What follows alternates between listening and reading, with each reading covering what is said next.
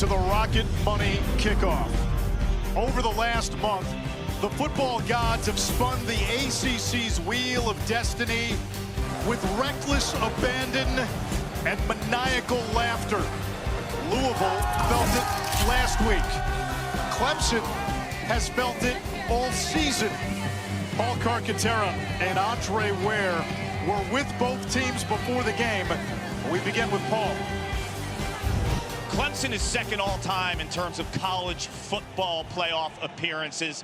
So the standard is really high in Death Valley. So at 4-5, what do they have to play for? Well, I had a chance to speak to leading tackler and linebacker Sammy Brown, and he told me the opportunity to play football is more important than the outcome. And this team is razor focused right now. And the biggest challenge they'll have in front of them tonight is dealing with Kewan Brown and the Louisville rushing attack. Yeah, thanks, Cart. Yeah, it's going to be because of guys like Kewan Brown, who ran for 136 last week. That's the chance, the slight chance that Louisville has to make the college football playoff. But it's the skill position players, guys like Lacey on the outside, guys like Chris Bell, highly rated for this year's upcoming draft, that will be the difference in this one tonight. The vertical passing game of Louisville, if they can push the ball down the field as well as run it consistently with a guy like Kewan Brown, Louisville will be a problem down the stretch. As they say in this town, Louisville has a puncher's chance. And Ashraf here, what the Cardinals need to do, they need to keep winning their conference games, and they need that ACC chaos as we look at tonight's Rocket Money Spotlight. Louisville has an 8% chance to get to the ACC championship game. It's going to take, again, winning. It's going to take Georgia Tech and Pittsburgh both losing at least one more league game. And then you got to work through potential tiebreakers. If Clemson wins tonight, they take a Louisville slugger to the Cardinals' kneecaps and their playoff hopes. Kickoff from Derby City is next. This has been the Rocket Money Kickoff.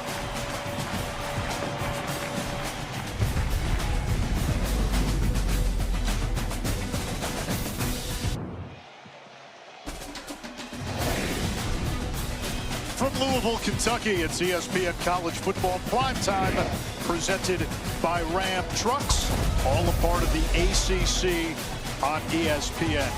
Clemson won the toss, elects to receive. While this game is a lot different than maybe what we expected at the beginning of the season, if you are a fan of an NFL team, this is a game to watch, Andre. Yeah. We may have 4 potential first-round picks tonight. A couple of stars on this one, or in this one. Clemson with T.J. Parker as the #1 outside linebacker. You look at Avion Terrell, #2 cornerback. And then Peter Woods, he's a dude, #1 defensive tackle. All these according to Mel Kiper. And then Chris Bell on the offensive side. He can get it done for Louisville in a hurry. Dabo Swinney this week used the analogy of a car that's been beat up on the exterior, but the engine still runs. He believes in this team's culture.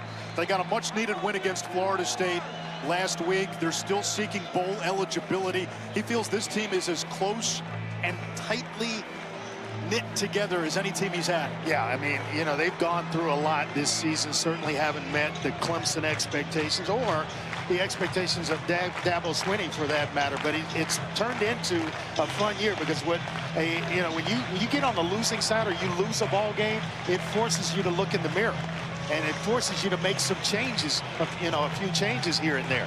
Meanwhile, Jeff Brom now in season 3. Boy, Louisville was in the driver's seat in terms of getting to the ACC championship before last week. He felt his team is lacking explosive plays. We may see some Jeff Brom gadget plays tonight. And I tell you what, they play hard. His teams play hard. They bring it after the game's over. The opponent, they feel Louisville. A bouncing kick, and it rolls into the end zone for a touchback. The quarterback for Clemson, the senior from Austin, Texas, Cade Klubnik. This is a kid who has battled ankle and quad injuries over the last month. He only missed 1 game. That was the loss to SMU. Dabo Swinney and his teammates have raved about his toughness. He's basically Frankensteined it together right now. Yeah, he's from a great high school, a great program in Austin at Westlake High School. They're ranked this year in the state rankings, starting the playoffs in Texas tonight. As a matter of fact, Drew Brees attended school there, won a Super Bowl. Nick Foles attended high school there, won a Super Bowl. Could a Super Bowl be in the future for Cade Klubnik?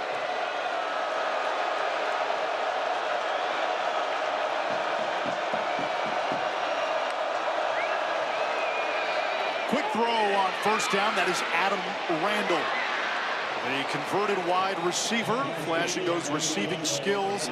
27th catch of the season and a first down. Keep an eye on the blocks on the outside. Guys like Antonio Williams. We're going to call his name a lot tonight. Olsen Pat Henry, the tight end, blocking on the edges. The unselfish stuff that you love to see as a player and a coach. They're off to a pretty good start with that completion of Adam Randall, who is a monster in the backfield. I can't believe this guy used to play receiver. 6'2", 235 pounds. Seems like the ideal back for Clemson. Tristan Smith, the motion man. Klubnik under pressure, and down he goes. It's Clev Lubin coming up with the sack, his 5th of the year. Went right off the edge. He's going to go around a pretty good player in Blake Miller, the right tackle. A lot of people have him highly ranked as well, and he just gives it to him upfield, and then the up and under, and making his way to Cade Klubnik.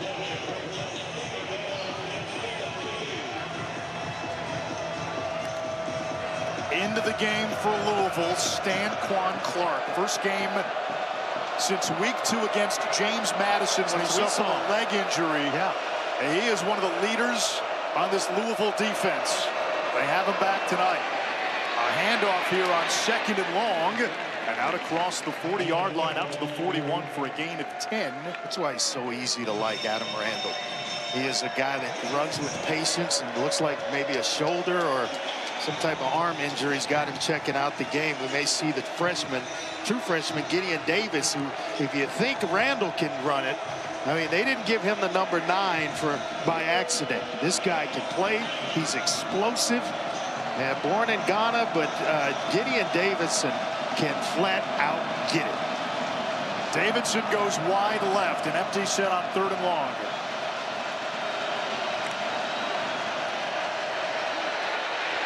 Klubnik wants a diving Antonio Williams, who's about a yard shy. Williams is a guy that this team wants to feature in a lot of ways. Gadget plays, speed sweeps, jet sweeps. 4th down, offense remains out on the field. They bring in Bettencourt, an extra tight end. They want to feature Williams in this game a lot. He has excellent balance when he's contacted by defenders, and the hands, just saw him on full display there.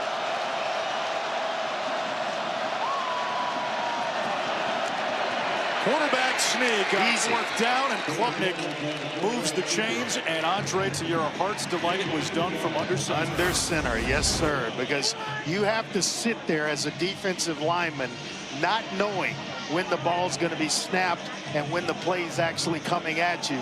And Klubnik can sit there for as long as he wanted, and did for a while. Made it an easy conversion on 4th down for Clemson. I'm glad. It's good for your blood pressure, too. You Can't have the blood pressure up early in the first quarter. When they go into shotgun on 4th and short.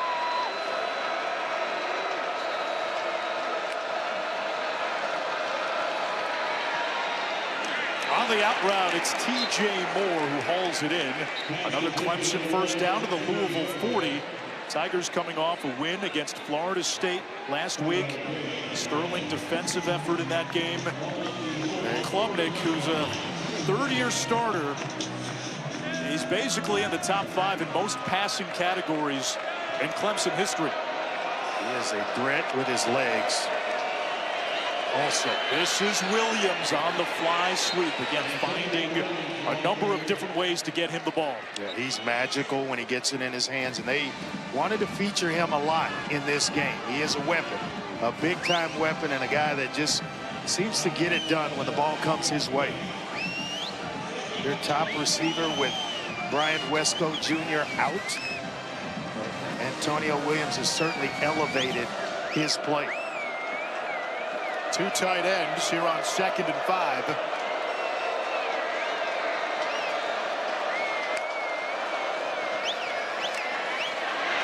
Quick throw over the middle. That's complete. It's the tight end, Olsen Pat Henry, and he rumbles into the red zone for a Clemson first down. Yeah, he is a big target at about 6'4", 240. Knows that his zone, kind of throttles down right over the ball and presents a nice big target for Cade Klubnik. Empty set.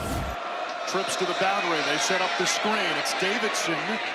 Works the sideline near the 10. Marked out of bounds at the 8-yard line. And it continues what's been a very good-looking opening drive for Clemson. Yeah, I talked about that number 9. A couple of pretty good players that have worn that. Travis Etienne being one, the last to wear it at Clemson. It means something when you get that number as a running back at that university. Wayne Gallman also, I believe, wore number 9. Yep. This will be the 10th play of the drive. It's a direct snap. And Randall is taken down by Stanquan Clark. Going into the year, he and TJ Quinn were the twin spires of this defense. They've missed him. Yeah, you see him just kind of read it out and then make his way to Randall. They have missed his leadership. Though Caleb Perry has played well in his absence, he's not quite Stanquan Clark, who they really depend on in this defense. This is a drive similar to last week for Clemson when they went down on the opening drive against Florida State. 13 plays in that drive, and they put it, into the end zone. They're going to have to burn a timeout. They didn't break Clemson the takes its first time out of the half. And the play clock was already down to 3. Timeout by Clemson. It's a drive north of 6 minutes. The Tigers facing a 3rd and 5 when we come back.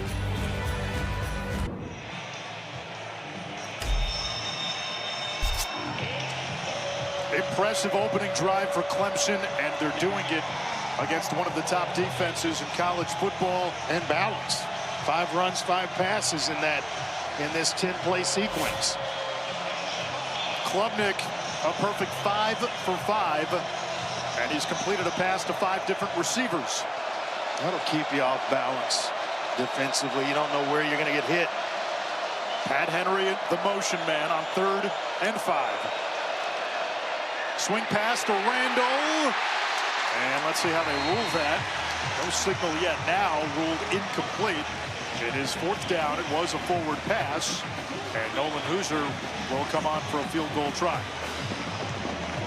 Should be well within his range. Hit from 50 against BC and 43 last week in the game against Florida State.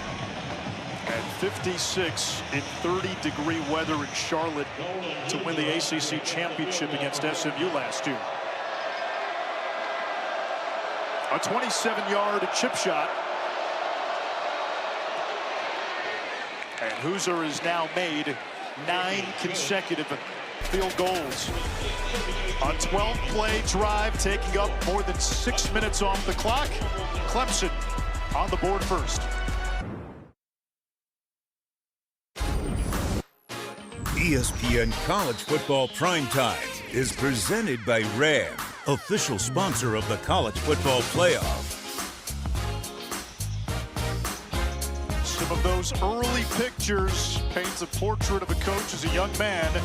Dabo Swinney at Clemson, 7 playoff appearances, 4 appearances in a championship game, 2 national titles, 8 ACC championships, and that's the confounding part about this season being 4 and 5 right now. Clemson checked off all the boxes going into the year. They had roster continuity. They had an experienced quarterback. They had next level talent across the board. And it's been just a nightmare of real things. 4 and 5. We're not expected to talk about Clemson at this juncture in the season just trying to get to a bowl game. Without mentioning playoff and having them in that conversation. Yeah, it's one of those deals where it's hard to see, it's hard to fathom, but here they are, and here comes Miller Moss, who has done a heck of a job this season. 63% on the year for Louisville, 11 touchdown passes, and you want to cut those interceptions down with 6 on the season. He struggled in the loss to Cal last week, and what Jeff Brom told us, they need more vertical throws, more passes downfield to keep defenses honest. And he's facing a defense with 3 projected first-rounders. On first down, Louisville keeps it on the ground, and it's to the running back, Kewan Brown, as we check in with Paul. You guys were talking about Dabo and this 4-5 team. He told us this week, if you watch this practice, you think we're playing for a national championship. This team has unreal leadership. This season is a comma. The story for Clemson football continues. On the slant, it's Chris Bell, one of the top receivers in college football. There's a flag down. They're rated to go pretty high in the NFL draft. This kid can play. Personal foul, shot block, offense number 70 and number 53. Penalty being enforced after distance to the goal. Second down.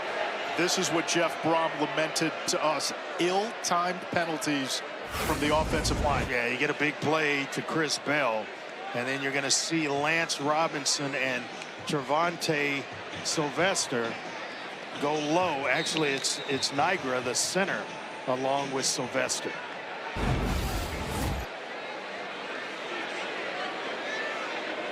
That was about as cut and dry as it gets. Go back to Kewan Brown. Got away from Peter Woods. Nice and finally wrestled down by Wade Woodaz. Kewan Brown now RB1 with Isaac Brown injured. Clemson's top running back out. When you get away from Peter Woods, you have accomplished something. It's washed down. He's pretty much wrapped up. He continues to fight. Got away from Woods and then picked up a couple of yards there. Nice run there by Brown. A 3-man rush on 3rd and long. There's the check down to Kewan Brown. Well shy of the marker. It's 4th down. Just playing some zone, forcing the ball out of Miller Moss's hands. Not going to give up anything deep in that situation to Louisville, and the penalty hurts. I mean, Nigra and Sylvester, that chop block, that hurt. It put them in behind the change or behind the sticks and created a tough spot to try to pick up a 1st down and keep this drive moving. Louisville had scored touchdowns in the last 4 games on their opening drives. David Chapeau with a good punt. Antonio Williams makes the catch, can't get away. He's down at the 25-yard line. Clemson's 2nd possession coming up.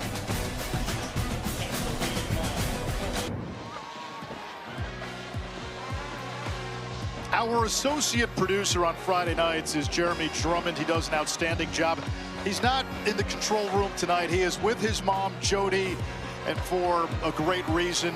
Jody rang the bell today. It was awesome. Her final chemo treatment. We're proud of you. We're happy for you, Jody. And Jeremy, we're glad you could be with Mom on this momentous day. Congrats, Miss Drummond. Big prayers. And Jay, get back, man. We understand where you got to be tonight. That's for sure. Totally understood that one. Adam Randall picks up 4 on 1st down. NFL scouts are intrigued by Randall, who spent 3 years as a wide receiver. You mentioned his size. Cordero Patterson, is that a comp? Yeah, that's a nice comparison. I like that one because he gives you so much. He's an excellent receiver. You know that because of his background. But when you see him run the football, it never registers that he was a receiver beforehand. Klubnik's throw is hauled in, and that's going to be enough for a 1st down. Cole Turner. Gentlemen, I spoke to Adam Randall this week. He has only played the running back position for 11 months. Never played in youth or in high school. And when he changed positions from wide receiver to running back, Cordell Patterson was one of those players he looked at. Derrick Henry was another one. But watch him tonight, too. It looks like his upper body is bothering him. We saw him leave earlier in the 1st quarter. He's got some tape around that high bicep area on the left arm. Something to look at. We'll keep an eye out for it.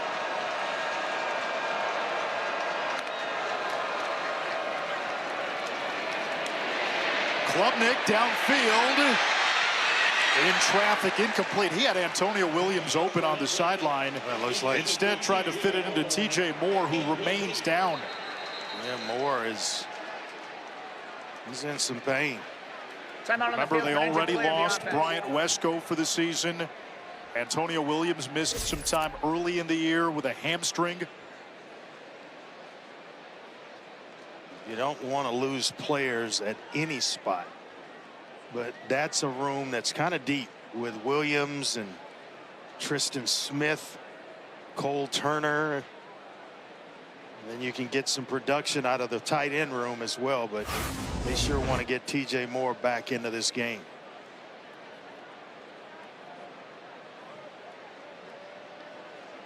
TJ Moore, a sophomore from Key West, and able to jog off on his own. Had a couple of 100-yard games this season against UNC and SMU.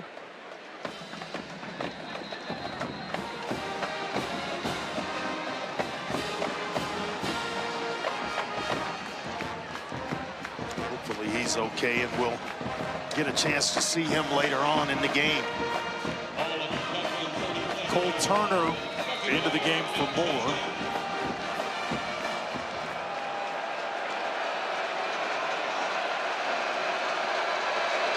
There goes Williams, the motion man. They get it to him on the screen. A little light at the end of the tunnel, and it brings up third down. Well, what it does is it gets them back on schedule, and we can keep an eye on that as the game progresses. Nothing on first down. They're going to try to get it to a playmaker, whether it's Pat Henry, Williams, maybe TJ Moore if he's back in the game, or Cole Turner, who is lined up at the top of the screen.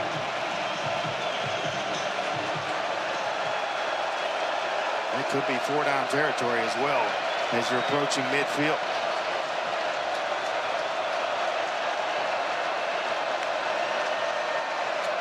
Another screen. Williams slipped, and he gets turf monstered for a loss. Fourth down. And I think they'll go ahead and punt it away and play field position. You're on the road. You have a lead.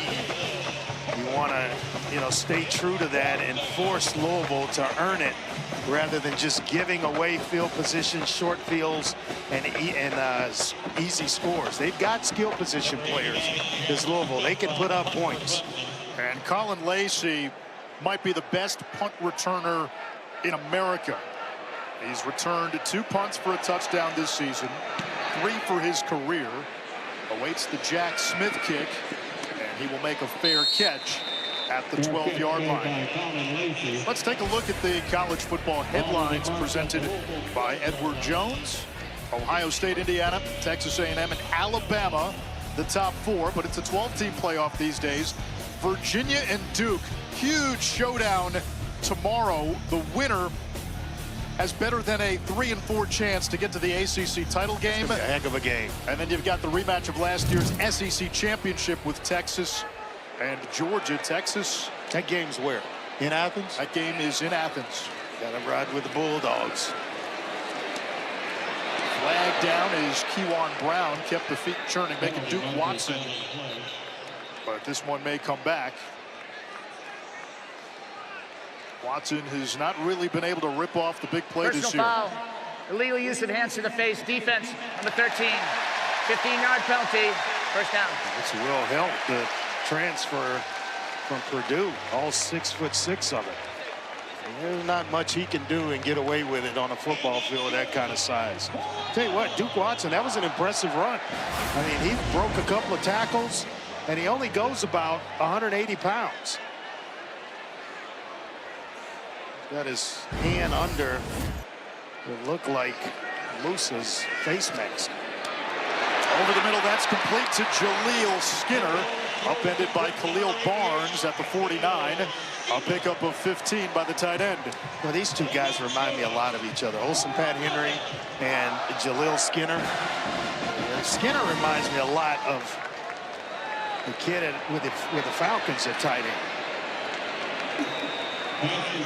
Watson is in for a loss. Sammy Brown, the middle linebacker, who defensive coordinator Tom Allen says is the MVP of the defense. He hits everything. I mean, everything. Leads the team in tackles with 67 coming into tonight's ball game. A bunch of sacks. They like to use him in that manner as well, and they blitz him a lot. So he will come off the corner, up the middle, through the A-gap, to the Garden Center. We get production out of Sammy Brown. Saw Tom Allen, who was with Penn State last year. How about that strike on the slant? Chris Bell rumbling all the way to the 38-yard line. And they say that is a catch. You imagine this guy was a backup 2 seasons ago, just kept working, got his body in shape, got himself in shape, and now going to be one of the higher chosen wide receivers in this coming draft. Screen pass. This is Lacey. This is He is thrown to the ground inside the 35-yard line. Sammy Brown was in there. He is used a lot like Antonio Williams for Clemson.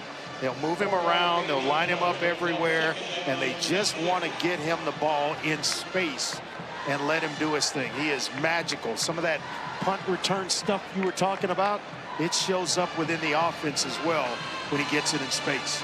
2 years ago, he had 1,300+ yards receiving at South Alabama. Watson remains in the game. Here comes the blitz. They set up the middle screen. It is dropped. They had it set up well. I mean, he had about 3 offensive linemen in front of him. The defensive line had disappeared from the line of scrimmage, rushing the quarterback. Everything you wanted was there. I mean, look at all the running room and the blocks in front in this area. One guy with 3 to block to take care of him. And just all the green grass in front of Watson, or turf for that matter. 3rd down now.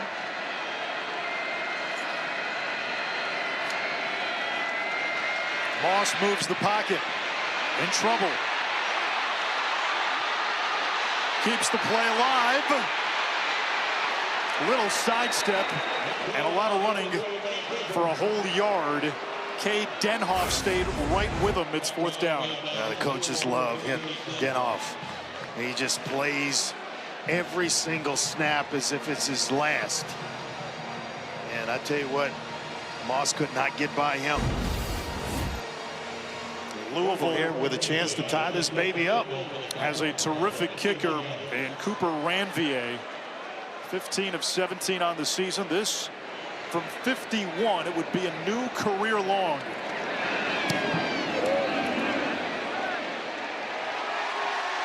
And Ranvier ties the game at 3.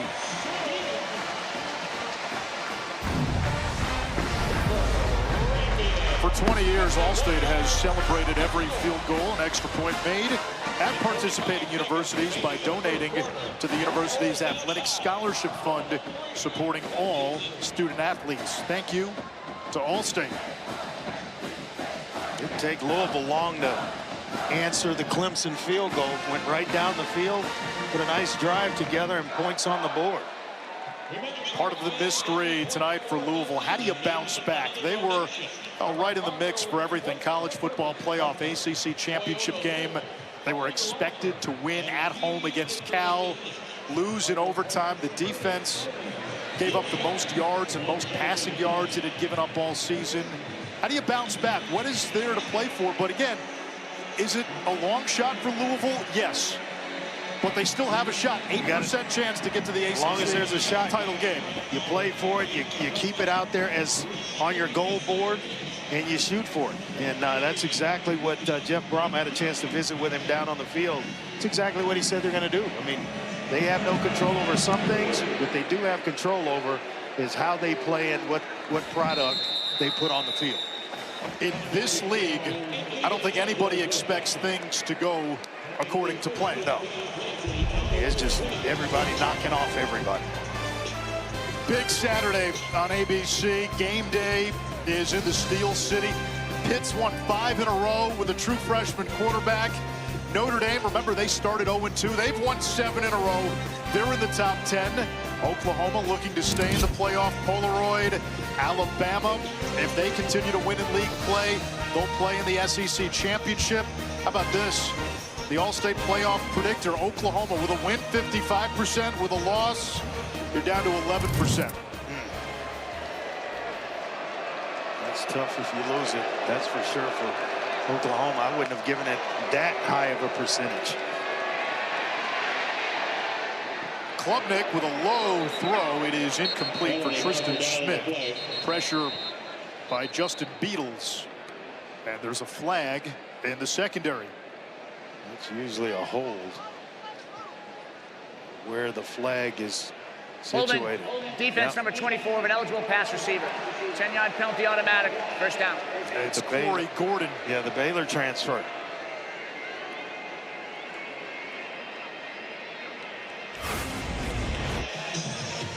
Just keep an eye on the slot receiver there. And Corey Gordon just kind of flings Williams to the ground. They're going to call that one, big guy, every single time. TJ Moore back in the game, lined up at the top of your screen.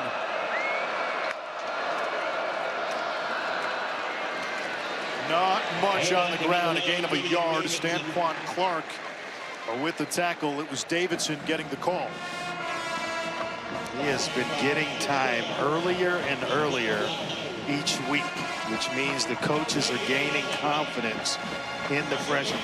They talked to us a little bit, Garrett Riley did, about his ability to protect the passer. And that was a concern early in the year, but he's proven that he's gotten better in that area, and it's earned him more playing time. Especially the last 2 weeks. And that brings us to the end of the first quarter. Of quarter number 1. A field goal by Hoosier, a field goal by Ranvier accounts for the scoring. Tied at 3 after 1 in Louisville.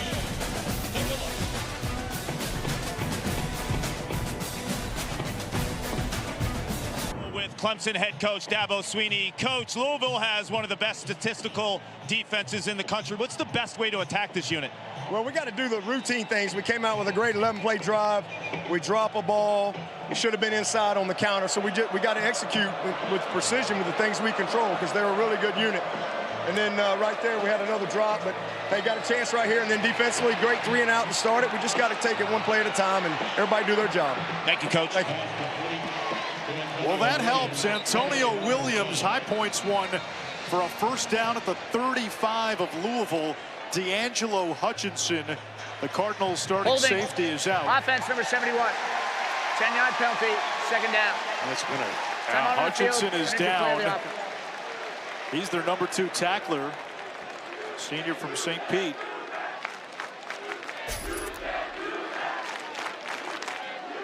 Coming into the game, Louisville wasn't sure if they would have their top corner, Tayon Holloway. Holloway did play. He's been in there. Yeah, Hutchinson, since coming back from an injury a couple of seasons ago, he's been pretty healthy. Last year, played in every single game on the schedules in all 13. Has a ton of experience and is a very extremely consistent player on the back end for Louisville's defense. Last year, okay. Yeah. When Louisville beat Clemson, Louisville had 2 blocked kicks, including 1 by Hutchinson. Well, he means a lot to that man's defense, to Ron English's defense. And you want to talk about aggressive, he can bring it and loves bringing it and will bring it. When Kark was talking to Dabo Swinney, Kark mentioned Louisville's vaunted pass defense, number 1 in the ACC, and that's why last week was such an aberration as Hutchinson walks off the field. Keep an eye on Tristan Lee, who just kind of gets beaten inside and just grabs. And it's A.J. Green, the 6'6" redshirt sophomore, that got inside position on Lee. They've got a couple of good ones. A.J. Green, Micah Carter on the other side, both redshirt sophomores, and both go about 6'6", 250 respectively. Future looks bright for Jeff Brom in this program. Hutchinson, meanwhile, in the tent. Corey Gordon takes his place. On 2nd and long. This is Gideon Davidson. You can see why they're encouraged by the freshman from Lynchburg. I'll have something on Hutchinson momentarily, but good news for Clemson. TJ Moore, 1 and white, is back in the game. He was getting some attention by the training staff on the right shoulder, so that takes some pressure off of Antonio Williams, because Moore is that deep threat. Williams so good underneath and can do a ton of things with the gadget plays.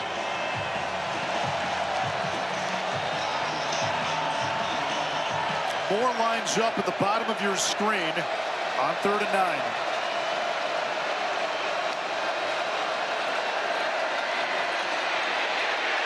Klubnik chased.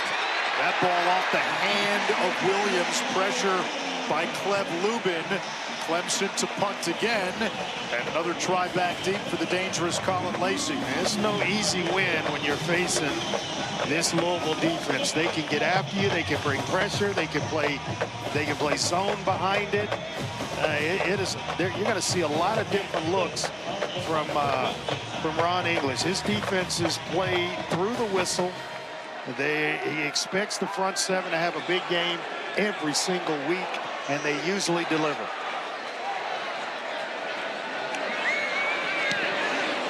Smith gets this one away. Good punt.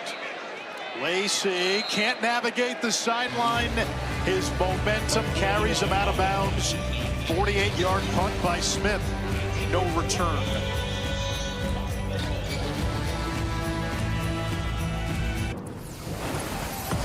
Introducing Verts. Swipe for news and highlights. Now available on the ESPN app.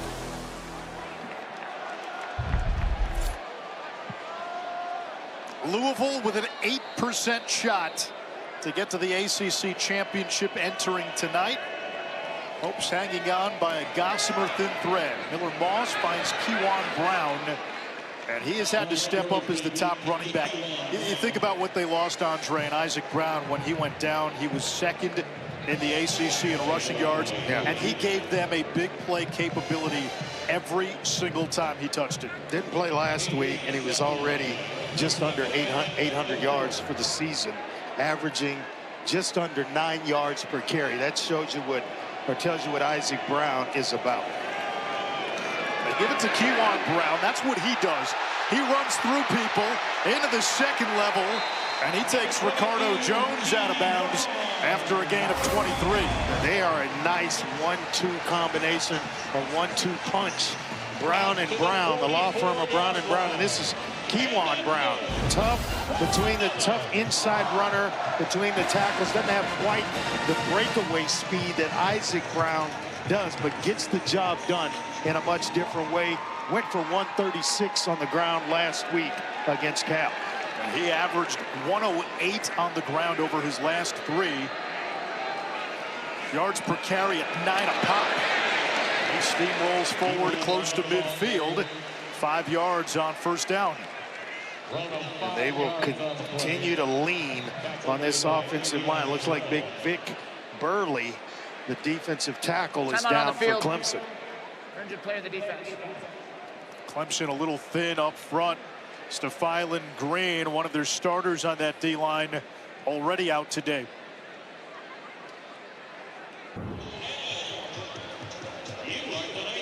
ESPN College Football Primetime is presented by Ram Trucks. 3-3 here in the second quarter in Derby City. Anish Shroff, Andre Ware, Paul Carcaterra.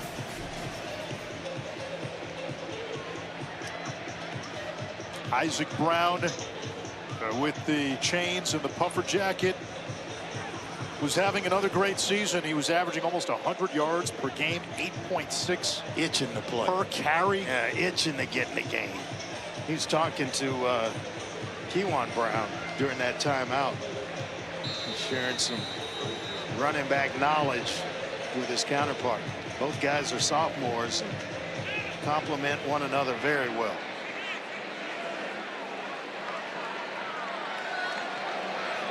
Koriski, the tight end, motions.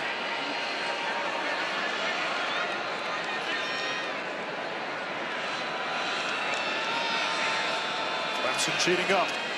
They bring pressure off the edge. Brown hit and then gobbled up right at the line of scrimmage. No gain. Clemson read that. Will Helt amongst those getting in there. He and Jeremiah Alexander also in there, the team's third linebacker. They run this 4-2 front, and they keep a what they call their tiger position. It's kind of a linebacker slash defensive back type in the game. But then when they go three linebackers, it's Alexander that sees the field. They bring the nickel blitz. Moss gets hit, looking for Bell. It's incomplete. Corey and Gibson shot into the backfield untouched, and Miller Moss got lit up. He stood in there, and I think once his focus went to the sideline to deliver that pass to Chris Bell, he never saw the blitzer. And he's so locked in on Bell that, man, he stood in there to the last possible second. And here comes the blitzer, and it's a late blitz, so you take your eyes away from it. Just took a nice little shot to the ribs. Chapeau punts it away. Williams makes the fair catch inside the 10. They had to make a business decision there. You let that bounce. Louisville may pin it even deeper. Usually you let that one go. We remind you that it is already week 11 of the NFL. And the Sunday Countdown crew gets you ready at 10 a.m. Eastern. We'll go into the origins of the Bills Mafia table smashing, and then It'll be a great game there in Seahawks and Rams. Wow. How about Monday night? Cowboys and Raiders. It is the Quinnen Williams Dallas debut, and you wonder how Dallas reacts. It's been a rough week for them. They're coming off a bye. Obviously, the death of Marshawn Nealand in the interim.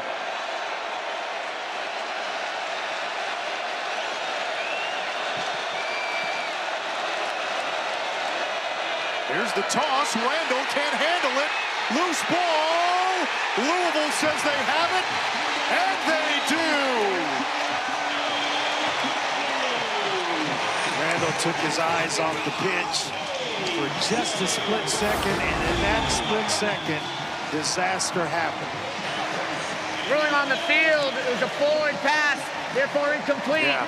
It'll be second down. And I agree with that. And looking at the replay, it looked like the ball was pitched in front of Adam Randall. Matt, what are you seeing on this play? Yeah, Andre, I agree with you 100%. It's where the ball leaves the quarterback hands compared to where it's touched by the receiver. I do think this is definitely a forward pitch, and it should be a forward pass. And a good thing for Cade Klubnik, along with Adam Randall, that's how it worked out, because any other pitch like that would have been behind the line of scrimmage. I think he just outran the quarterback, and he had to pitch it forward, which threw the timing of everything off. An incomplete pass, which is the best of all outcomes for Clemson. Yes. And it's going to be second down and 10, and that was clearly a forward pass. Louisville crowds the box. They go right back to the ground. Not a whole lot for Randall. It's third down, and now let's see if Ron English dials up pressure. My guess would be yes. If you're Clemson, how aggressive are you? Or do you just try to run it, give your punter some room? I'm trying to pick up the first down, but I'm not going to do it at the expense of a turnover. So they've got Klubnik in the shotgun here. He should be able to see things. As of right now, they only have 5 possibles that could come. Klubnik's in his own end zone. That is juggled. And incomplete. Fourth down. Tristan Smith had a golden opportunity. Had run his route deep enough past the sticks. That needs to pick up the first down and then just flat out drop it. Nice job of improvising here by Klubnik. And that ball's thrown well. That's why you can't wait for it to get to your chest. Catch the ball with your hands and you don't have a problem. And you see the frustration on Dabo Swinney's face. Gotta have that one, especially on third down this deep, because it changes field position. And you got Lacey waiting near midfield. Smith gets it away. It's a short kick. Not a good one. Bounces at the 40 and downed inside the 40-yard line. Just a 32-yard punt. Louisville starts with premium field position.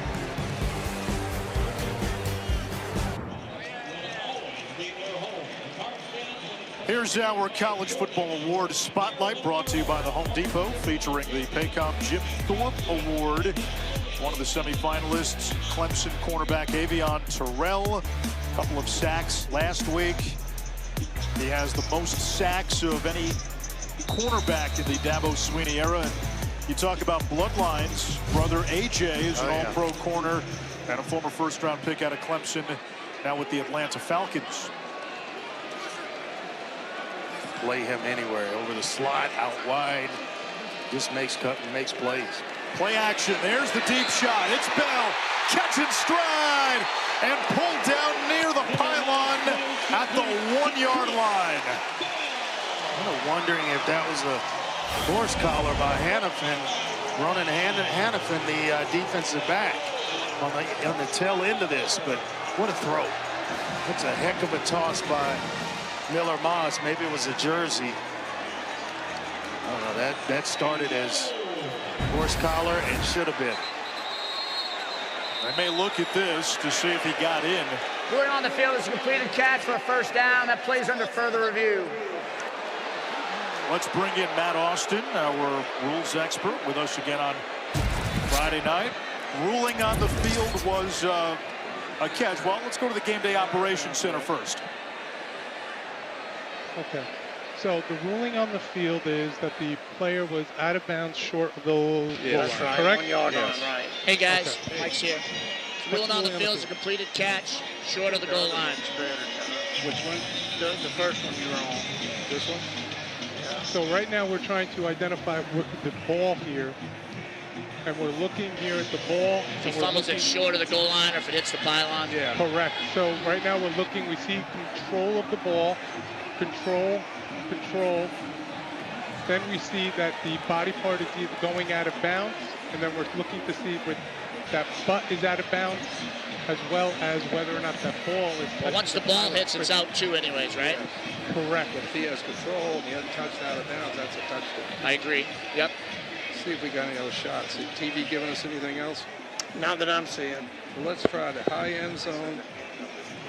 The handheld is a good one. So based off of this is the far handheld. Yeah. Okay, do that and then once I don't, more. Yeah, do that and once then more. I don't even. I think he's losing it when it hits his knee, don't you, I Mark? agree. I think his ball is losing it, and then I don't even believe the ball doesn't even. I'm not even sure if it even touches the pylon. Yeah, at this I can't point. say that. I can't. Can we go back to the other side and see if that loose ball? We now know it's loose, right? We agree. The ball is loose, short of the goal line, and now I am not sure whether or not that ball even touches the pylon or whether the body part touches the pylon. Would we all agree the ruling on the field is upheld? Looks like it could be his leg, yeah. I don't have enough to be able to overturn the ruling on the field. Is everybody in agreement? Yeah, but those two shots, I can't. If okay, Mark, on your side, I would like another side from that side view to see if the ball's. It looked initially, our initial views looked like the ball was rolling on the pylon, but you're right. Maybe the knee. Yeah, that one. I'm trying to look to see here with the replay B, Mike. When we're looking at this one here, is the body part hitting it or right here? Dude, that's not telling me anything. No, that's not telling us anything. We don't have helmet. Are we all pylon cams, right? No, we do not have pylon cameras. So the ruling on the field be upheld. The ruling on the field is upheld. Yes. Yep, agreed. Thanks, everyone. 232. And that is play number 52. After further review, the ruling on the field will be upheld. It'll be first and goal.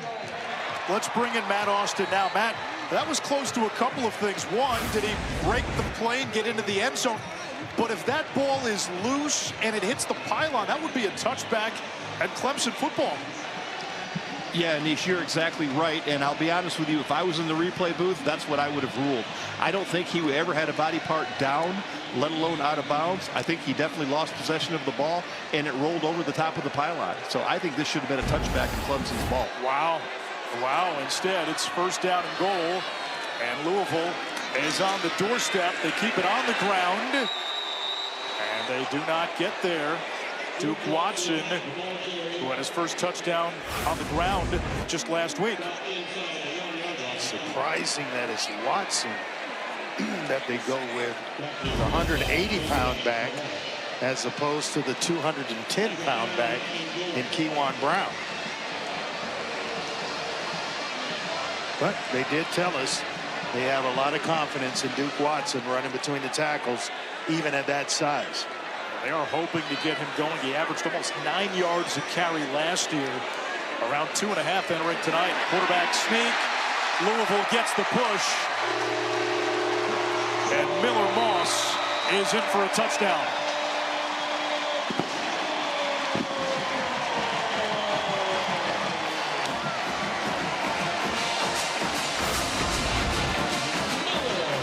You just can do so much from a timing standpoint when you're under center.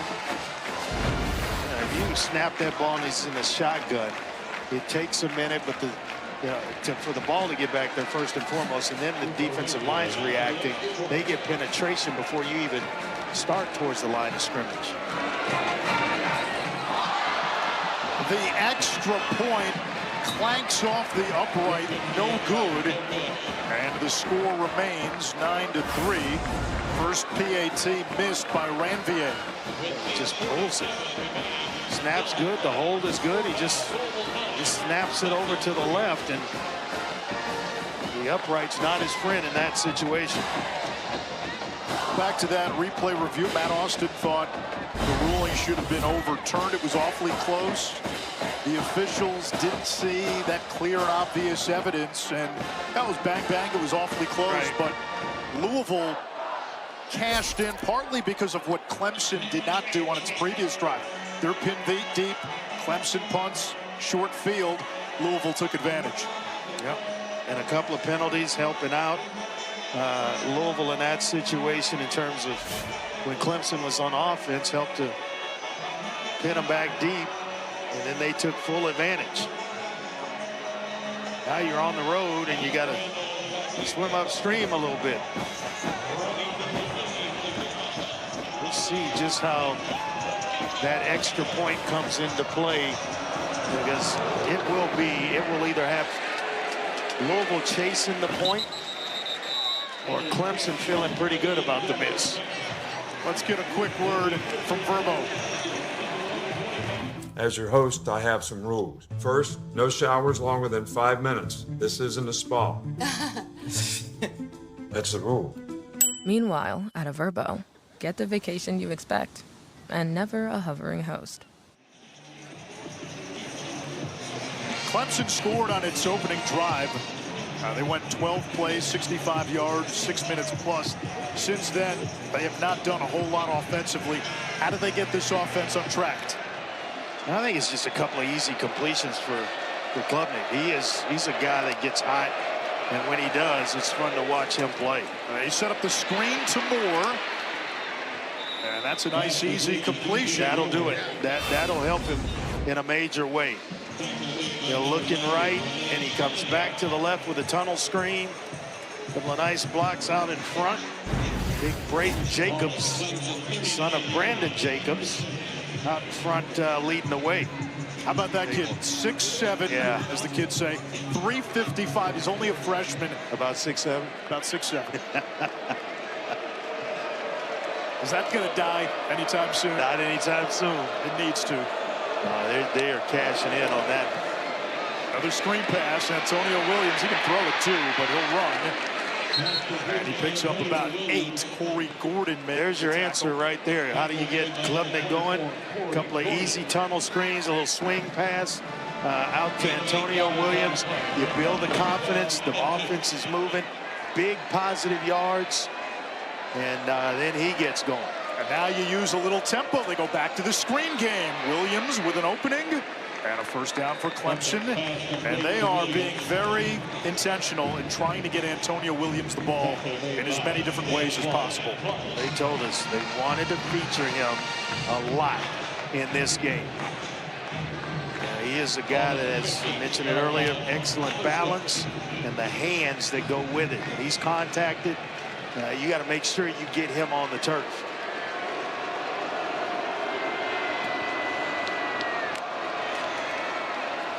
From midfield, that's T.J. Moore. Quick throw to the sideline, and it's been short, it's been quick, and it's gotten Cade Klubnik back into a little bit of a rhythm. And it's been effective because you get Louisville playing off, and that's allowed for the screens, the swing passes. They're in zone there, and they just go drop one off to Antonio Williams and get about half of it, so that they're very much on schedule here on second down. You can run anything in on second and 5. Davidson's the running back. The run game's been inconsistent this year for Clemson. Pressure. Flushed out of bounds. Jordan Carrad led the charge. You hear the joke about, hey, throw it away, throw it in the stands. He literally almost threw it into the stands.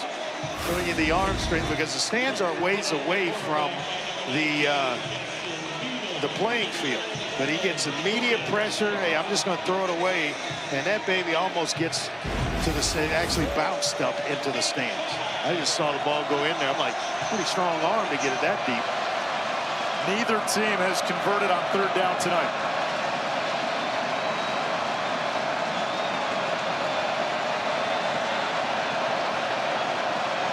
Play clock at 1.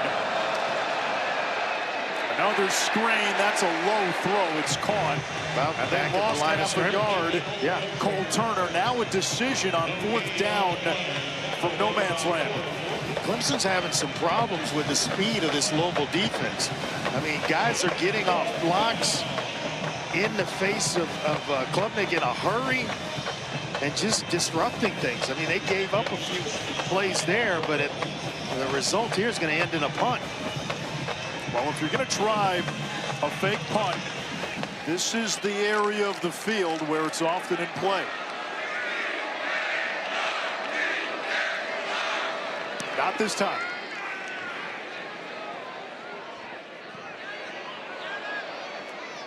Jack Smith does his job and pins Louisville inside the 10.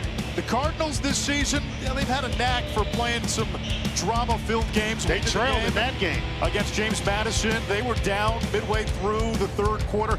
Against Pitt, they were down 17-0 at one point, trailed by 10 at the half, and finally caught up to them against Virginia, a home loss in overtime. Against Miami, they picked off Carson Beck 4 times.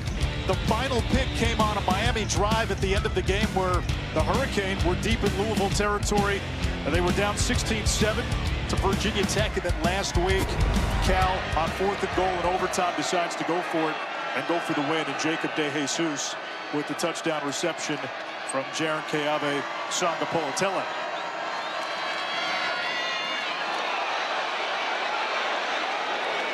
Duke Watson brought down, and he gives Louisville some room to breathe.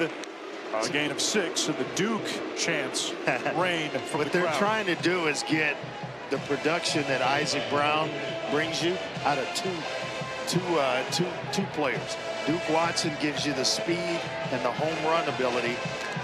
Kewan Brown gives you the toughness between the tackles. And so all that wrapped up into one is Isaac Brown. Back to Watson. Been a tough season for him. He's missed time with an injury and just hasn't had that home run ability this year. And you know, Jeff Brom said part of that is they haven't had the vertical passing game to soften up defenses. Yeah. I mean, they need to drive the ball down the field. They need, you know, one of these receivers, big play receivers. Chris Bell can do it. Lacey as well. And then Skinner, the tight end, who can work the middle of the field and the hash marks.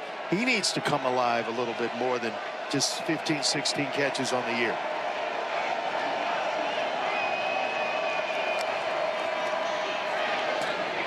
There's Skinner, and that is the first third down conversion of the game. He's a weapon. 6'5", hard to miss, good hands. Excellent route runner and just continues to get better. Big-time recruit out of high school and looks like a big wide receiver with that 6'5", 230-pound frame. He's going to add some more weight. He will be a guy we'll see play on Sundays. He began his career at Miami, top 150 player coming out of high school. Watson remains in the game. Off the high snap. To the 25. Clemson says the ball is out. And it's a turnover, and it's Tiger football.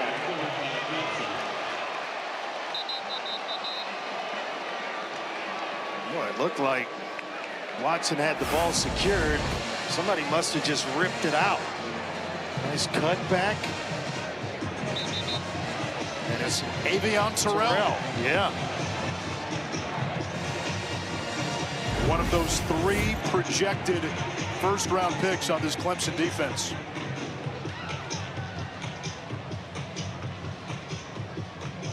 Now, Jeff Brom told us, hey, we see the Tigers' record, and it's a sentiment echoed by the rest of the ACC. It doesn't align with the talent on the roster. Right. I mean, a lot of talent on this Clemson team. And right now, we may see some of that talent take a shot here. Get a turnover at this point on the field. It's go deep time.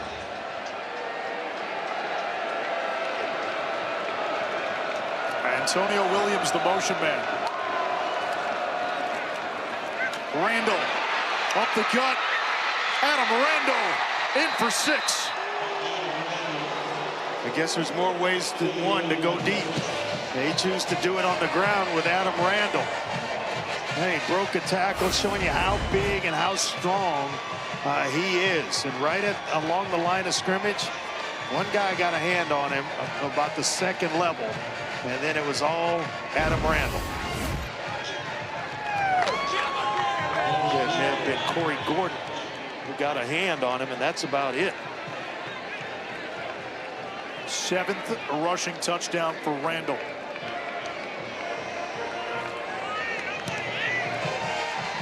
And Hoosiers PAT gives Clemson the lead.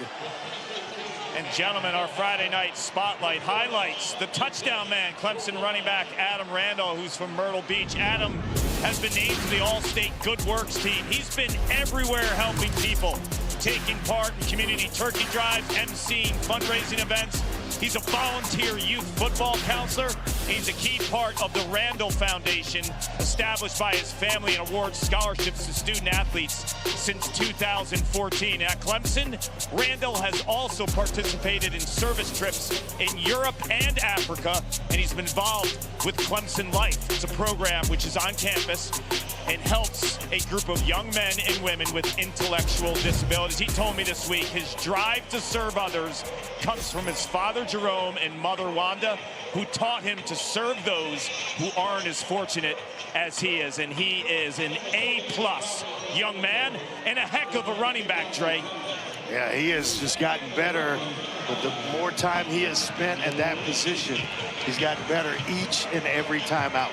Now, they saw what he could do on kick returns toward the end of last year. Obviously had the big kick return in the ACC championship, which set up Hoosiers' game-winning field goal. In the offseason, the coaches said, hey, can we hand him the football? Can he do this if we just hand him the football? And figured it out pretty quickly, didn't he?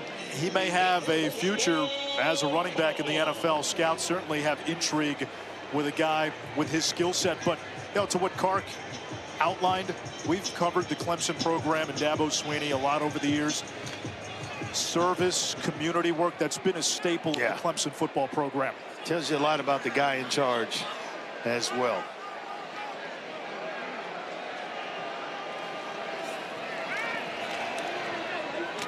Lacey on the screen, pushed out of bounds by Gibson. What a weapon Lacey is, along with Chris Bell. That missed extra point just kind of standing out on the scoreboard, isn't it? I just think of the ACC's wheel of destiny. Yes. The way it's been spinning. I mean, you had Georgia Tech rolling, and then a few weeks ago they get ambushed by NC State. We saw what happened last week. Louisville going down to Cal. Virginia losing to Wake Forest.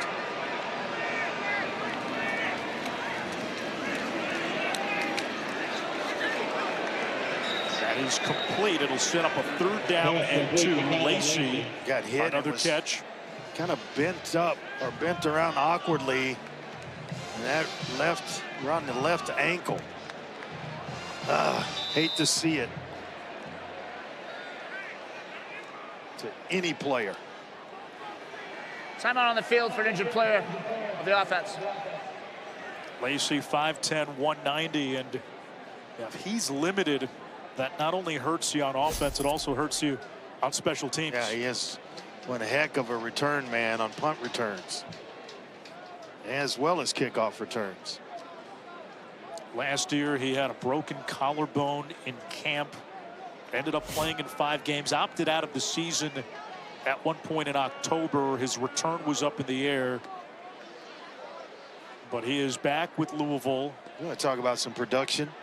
When he was at South Alabama. Oh, yeah. Playing for Major Applewhite.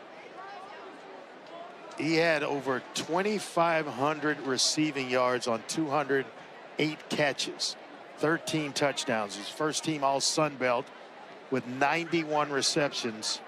1 year, over 1,300 yards of that. So you talk about a guy that was productive at that level and then came to Louisville and was basically doing the same things. Hate to see him go down. His last season at South Alabama, he was top 5 nationally in receptions and receiving yards, 91 catches. In 2023, and that was that year he had 1,300 yards and 7 TDs.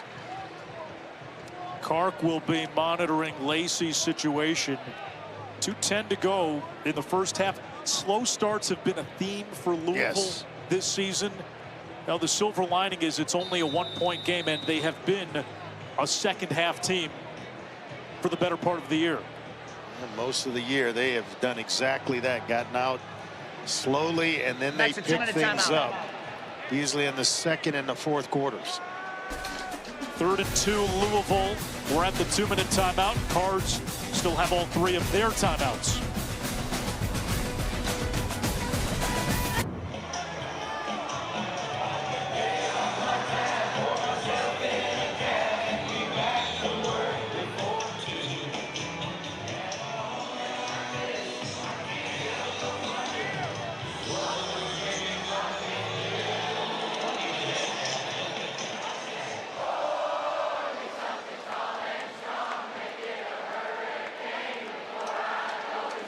It's that time of the year.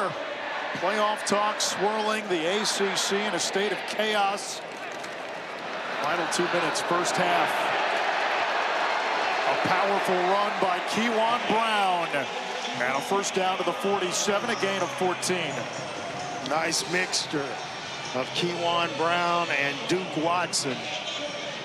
He is the thumper, the thunder, and Duke Watson is the lightning. 6 carries, 50 yards for Brown. He gets it again, and he's met by Wade Woodaz. It's a loss of a yard. Well, he has got some speed at that other linebacker spot, and he plays sideline to sideline, always flashing. When you turn the video on him and you're prepping for Clemson, this guy's making plays on the defense just about everywhere. He was Clemson's leading tackler last year. Quick throw, Bell, jarred loose by Barnes. There's another guy that I really like. If I had an NFL team, I would jump on the table for this kid. Khalil Barnes is a playmaker. He will play in the NFL. There is no doubt about it, and he's always around the football. Multiple forced fumbles. He's the first freshman a couple of years ago in the Dabo era to record multiple fumbles and multiple interceptions. That's as a true freshman. He's just a playmaker on the back end of Clemson's defense. On third down, it's a four-man twist. Moss's pass batted in the air, and it falls incomplete. Jaheim Lawson got his tiger paw on it. Boy, they just brought, when they decide to rush, T.J. Parker, one of the best in the country as an edge player, he just kind of dips that shoulder and comes free. It's just a bunch of guys with a, on a free run at Miller Moss. They have dudes on defense, no doubt. It's just been inopportune breakdowns at the worst times this season for Clemson as Williams calls for a fair catch. Now you go back to the Duke game a few weeks ago. Clemson puts up 40-some-odd points, loses, and just breakdowns in the secondary, breakdowns on defense. They've been hit by the big plays, and that's what's interesting tonight. Clemson's defense has been susceptible to the big play this season. Tom Allen said it's a little bit of a confidence issue at times, and Louisville's looking to find big plays in its offense now without Isaac Brown. Just hadn't been able to find them without, it coming in the run game. We know that you can find them with Isaac Brown, even Duke Watson and Keywan Brown. But can Chris Bell get himself going? Can Miller Moss push the ball down the field and give Louisville some opportunities to make the big plays in the passing game? A minute to go. Long throw. That's another drop by Tristan Smith. It's his second drop tonight. 4 by Clemson in this first half. And he was one of the few transfers that Clemson has taken on out of Southeast Missouri State. He had one come off the 3 on the front of his jersey, and that one right off his hands. And, things are dancing between his ears right now. He was the one who stepped into a bigger role with the injury to Wesco. Louisville may take a timeout here if they get a stop. Klubnik, quarterback draw. And he's tackled at the 13. Let's see if Louisville elects to stop the clock. Klubnik's slow to get up. Remember, he's battled an ankle, he's battled a quad. Clemson's going to huddle, so they're in no rush. That almost seemed like a surrender play. Are you surprised Louisville not calling a timeout? I am, actually. With being down a point, I always say you can't score enough points in the first half of a game. You got an opportunity here. I would stop the clock, see what happens on third down, and maybe try to get the football back. Instead, both teams content to let the clock bleed, and Clemson's going to call a timeout here. They do get it out of the locker room. Clemson takes its second timeout of the half. I'd go for the double dip. So give me a field goal here, and then maybe we do something bigger out of the locker room after halftime. Oh, you think about it. You got a kicker in Ranvier who's hit from 51. You got 3 timeouts. If you get Clemson to punt, you've got a chance at a short field, and it may only take a couple of plays to give your kicker a chance. Instead, 10 seconds. Yeah, that last drive where they were just kind of chunk plays, and you get yourself in field goal range, you let your kicker come out and try one. Klubnik back out there. I don't think we're expecting a whole lot here. Clemson 0 for 6 on third down. Just a run to Randall. He gets a yard, maybe 2. And now we get another timeout. Louisville takes its first time out of the half. Your 30-second timeout. Please just hit the game clock to 6 seconds. I understand Louisville's taking the timeout. They want Clemson to punt. You're going to go for a block kick. You hear the crowd's frustration. That stems from why didn't you take the timeout after the last play? Yeah, and you could have run a bunch of plays to help yourself out, but now you're only going to get basically the punt return.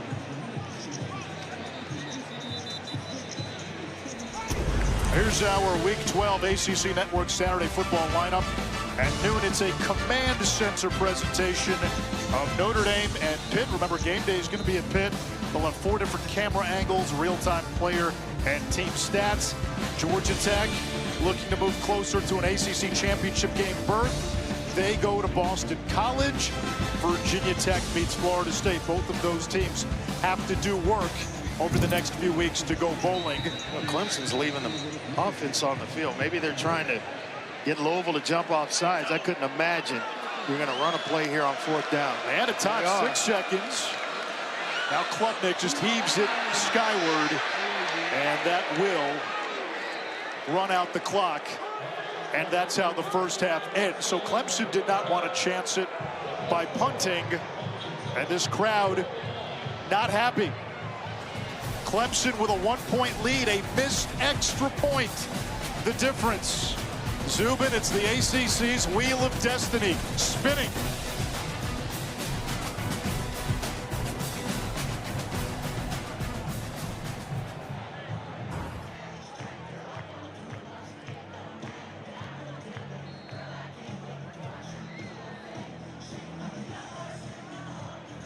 It's ESPN College Football Primetime presented by Ram Trucks, all a part of the ACC on ESPN.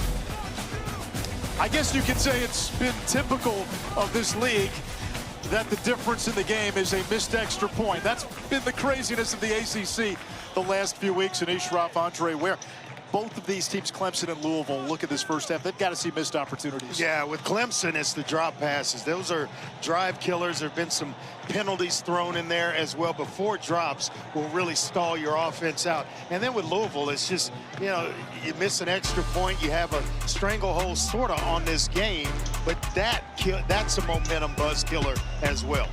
Game Track brought to you by American Express. Clemson did not have a single 3rd down conversion, but a Louisville turnover deep in their own territory led to Clemson's lone touchdown. Clemson made the extra point, and that's the difference. That is the difference. A well-played game, I thought, by both teams equally. It was kind of exactly what we anticipated coming into this game. It's what we're seeing right now. Lacey, who got shaken up, is back in there, and he lets the kick go out of the end zone. We check in with Paul Carcaterra.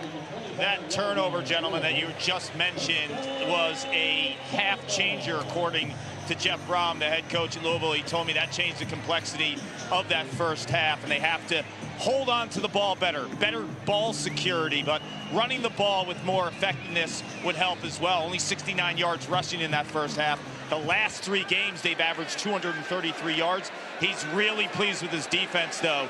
Clemson 0 for 7 on 3rd down. Miller Moss comes out in an I formation, and it's Kewan Brown, 7 for 49 in the opening half, and he blasts into the Clemson secondary for a gain of 21. Not sure who he just left on the turf, but they're face down. And wow, what a move. I think it's Ricardo Jones who he threw the move on. What a run by Kewan Brown. 8 carries, 70 yards. They go right back to Brown, who busts out another first down run. Give him a dozen more. Jeremiah Alexander finally made the tackle. Well, he's feeling it, and so is the offensive line. Providing it may have been the exact same play, except the first time he cut inside, that time he cut to the outside. He's averaging 9 yards a carry, which is what he's done over the previous 3 games. Play action. They don't dial up a shot. They go underneath. That's Skinner. And the tight end wrestled out of bounds, a pickup of 4. He is a load and too much for Avion Terrell to handle. Could not get the big tight end at 6'5", 230 on the ground.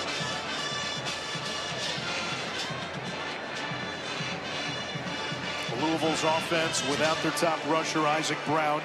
He's missing his 2nd straight game. It's a nice drive that Louisville's putting together to start the second half. A couple of big runs by Kewan Brown. Now it's an empty set for Miller Moss.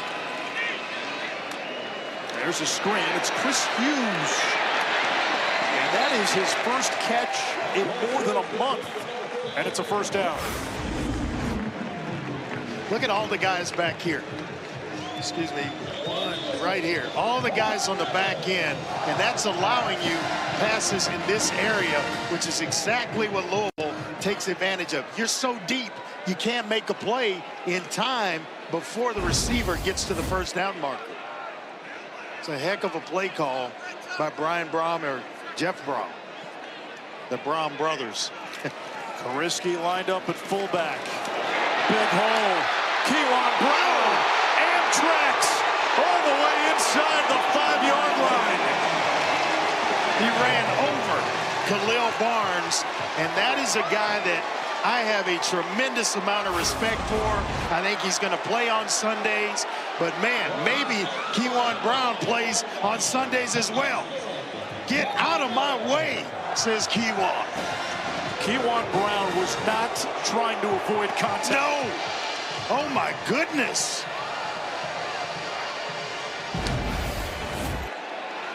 He gets a bit of a breather. He comes deservedly to the so. And Duke Watson is in. On the ground, here's Watson. He's got the speed, but he's bottled up. Sammy Brown and Barnes. Kewan Brown's upset. He didn't get that baby into the end zone, and he's hurt. He's limping a little bit. He wants to finish what he helped start on this drive. What an impressive way to start this second half for Louisville.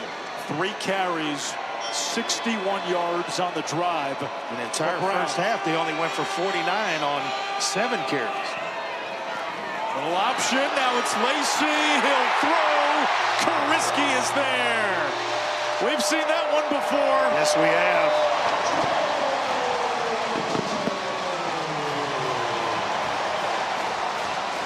Saw it in week 2 against James Madison. Excellent job of kind of setting this thing up, making it look like the option. They get an aggressive defense to overflow. It allows Kariski to slip out the back door. And Lacey with a touchdown pass. Jeff Brom has a treasure trove of gadget plays, and he pulls one out near the goal line. A touchdown pass to the tight end, Kariski from Lacey. And I like the fact they didn't chase the points right there. They took the PAT by Ranvier. Nice job of misdirection. Lacey with a nice touch to Kariski for 6.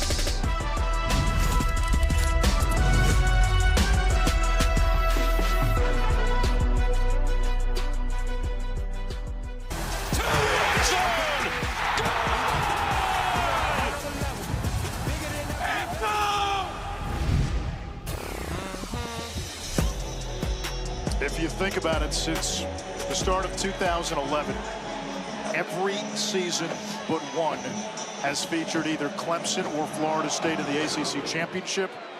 That will not happen this year. It didn't happen a few years ago when Pitt beat Wake Forest. That was the Kenny Pickett fake slide game. Clemson struggling to catch the ball in the opening half. Yeah, first one to Adam Randall, then they come back and try to go to Tristan Smith off his chest.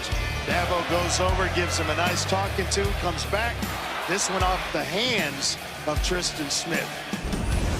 So he wants to know what's wrong, you know, exercise the demons out of his head, and let's go play football. Those are behind you now, and we need you. Smith, one of the rare transfers for Clemson. It's one of the teams where you don't see a ton of guys brought in from the outside. Yeah. It was part of the reason, all the player continuity off of a playoff team, why expectations were high, and Tristan Smith stepped up into a starting role when Bryant Wesco went down. Adam Randall bulldozes to the 32. Paul? Dabo Sweeney told me heading into the third quarter, heck of a first half by 2 defenses bringing it. The drops have to be cleaned up. That's attention to detail and routine type plays. He went on to say we have to cover 0. Chris Bell Jr., he's their guy. Know where he is at all times. But the good news for Clemson fans, when Dabo leads at half, Tigers are 158-12. Klubnik to Randall. Finds an opening and moves the chains. He is a good-looking player, isn't he? Really come on the last few weeks, he being Adam Randall. Dynamic receiver out of the backfield, and he runs it better than you anticipate a guy that's only played the position for 11 months. No background as a running back, as you mentioned in the first half. But boy, it's, you know, athletes just catch on quickly, and he is that, a tremendous athlete.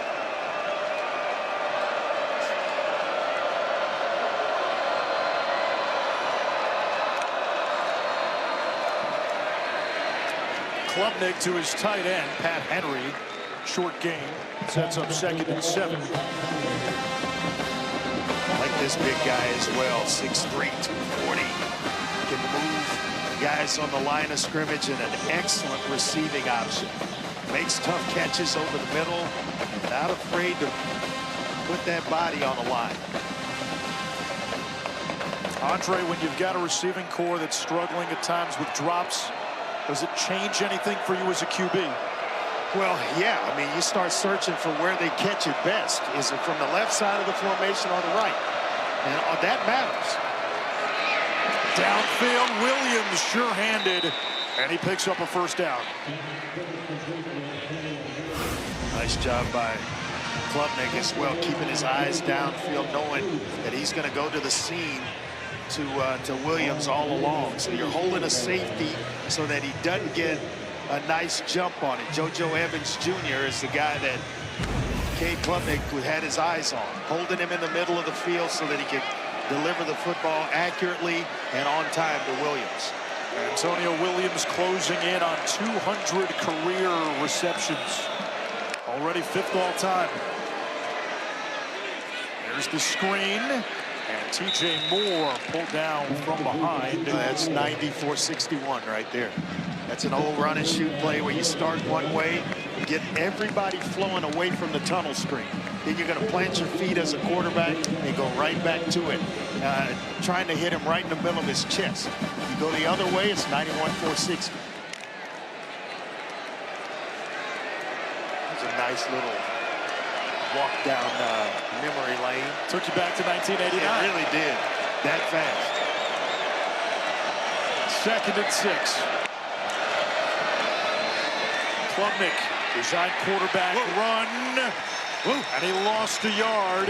And now Clemson faces a 3rd down. They have not converted on 3rd down tonight. Renee Conga, A.J. Green, all these guys coming up in run support, man.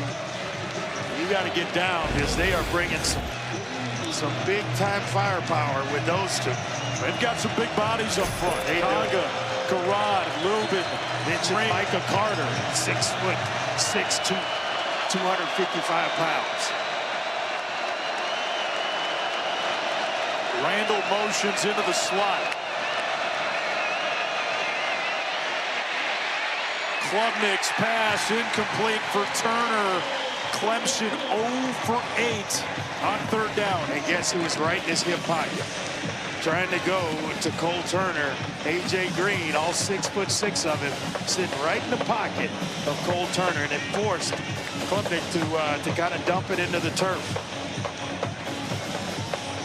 So Hoosier is on for a field goal try from 48. He has made his last 9 field goal attempts.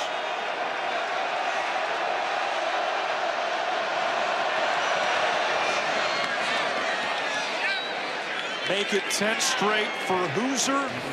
Clemson within 3.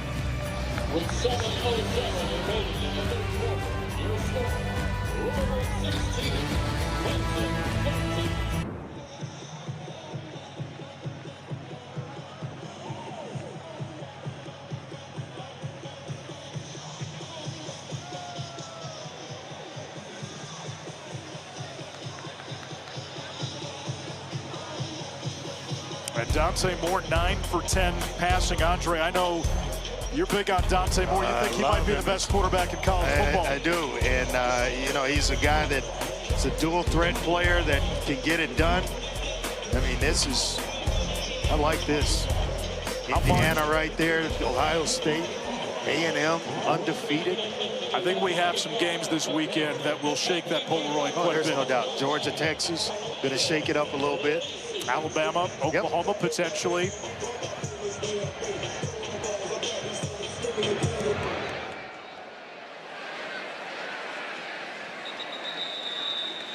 UFC 322 is tomorrow at Madison Square Garden.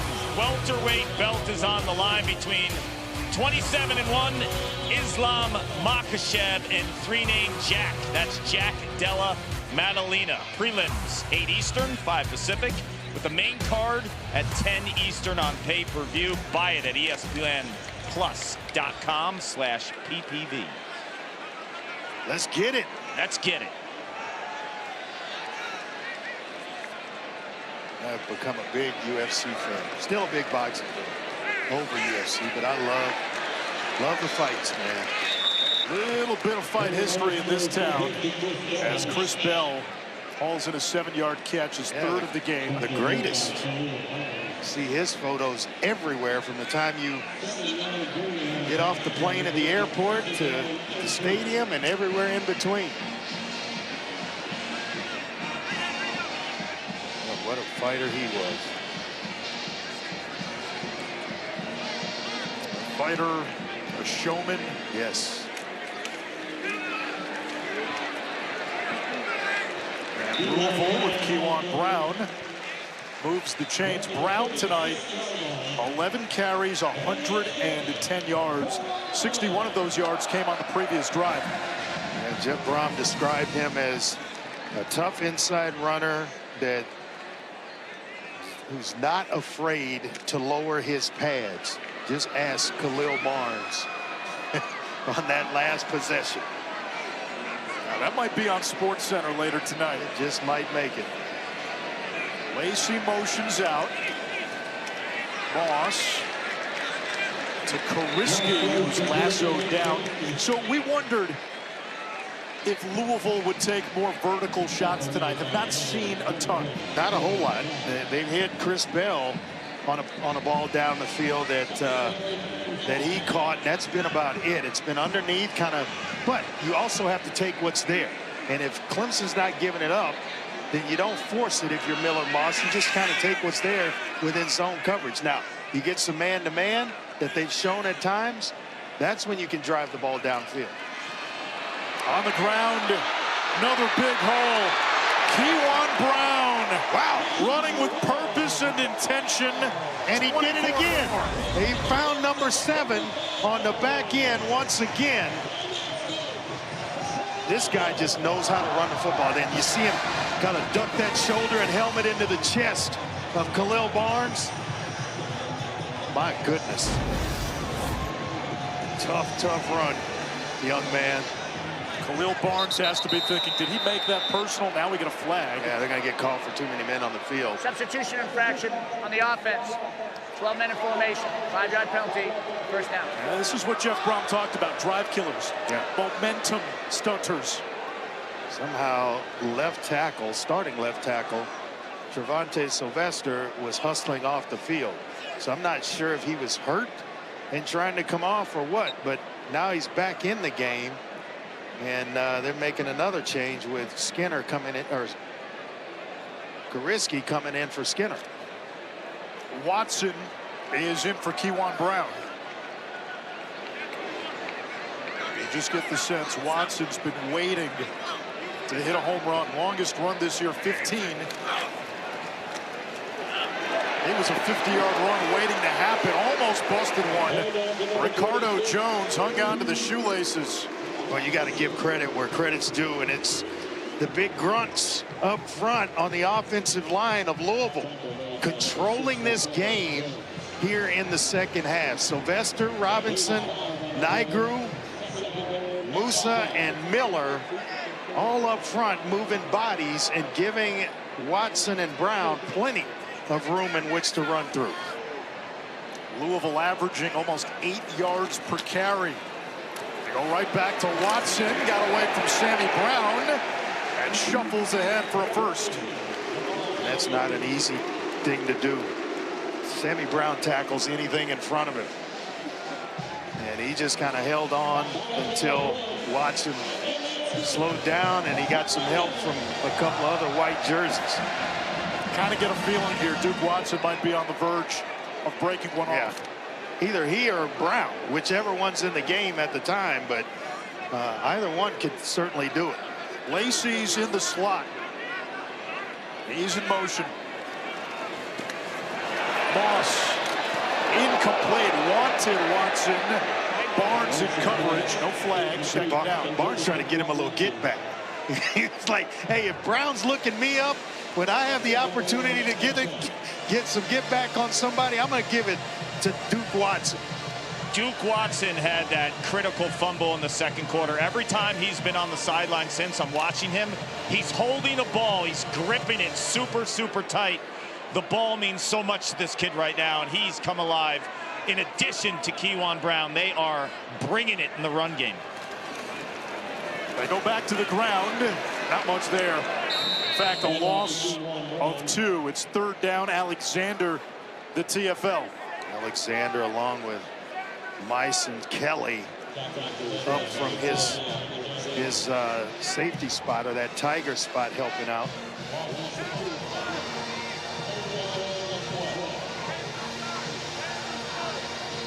This would say, hey, you're going to throw the football here.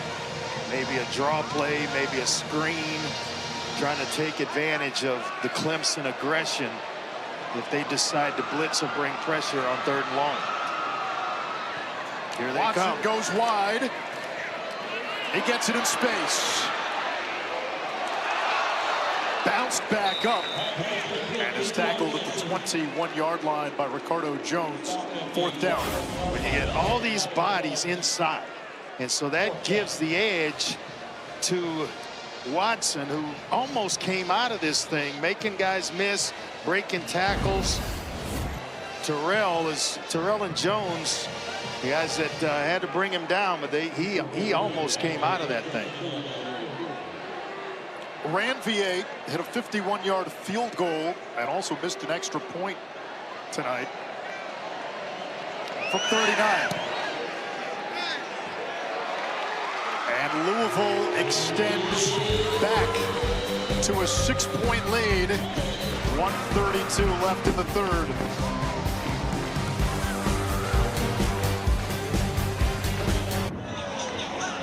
Entering tonight, Louisville had an 8% chance to get to the ACC championship game. Hope still on the table. That number almost doubles with a win. And again, you're playing in a league that has been chaotic the last few weeks. Got to take care of business, though. And there's a lot of time and a lot of distance to the finish line. Right now, that extra point could loom large that Ranvier missed in the first half. That's why Louisville's sitting on 19. Clemson, well, they've gone bowling 20 consecutive seasons. That's crazy. They've won a postseason game in 14 straight seasons, which is the longest active streak in the FBS. And how about this? They finished 500 or better in conference play in 26 consecutive seasons. If Clemson loses tonight, that streak comes to an end too. Still can make it to a bowl game at 6-6. But you got to win out if you don't win tonight. You got to win out, and that consists of Furman and South Carolina. The Palmetto Bowl at the end of the season.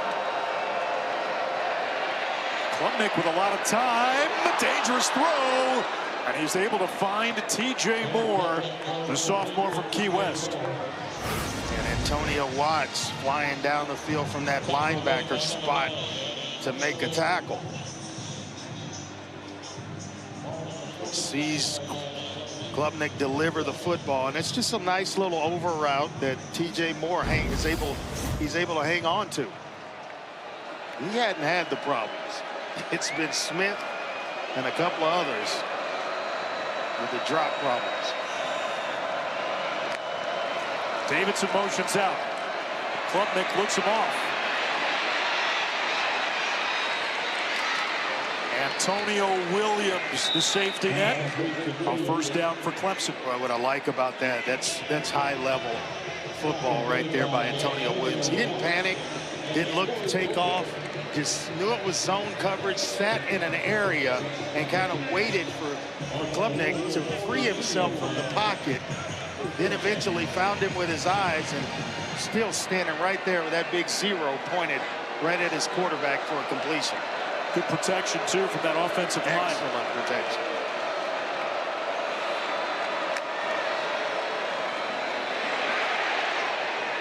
Klubnik forced to throw it away. Antonio Watts, who plays that hybrid defensive back linebacker position with the blitz. Well, they call it the tiger position at Clemson. It's called the card position at Louisville. And so he's coming off, one coming off the corner and then forcing a throwaway. That is Antonio Watts, plays with a great deal of speed.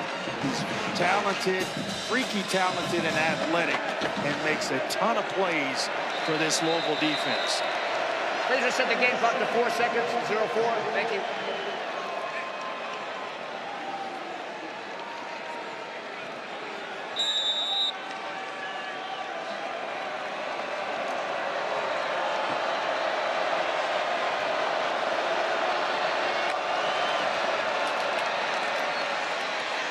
Davison.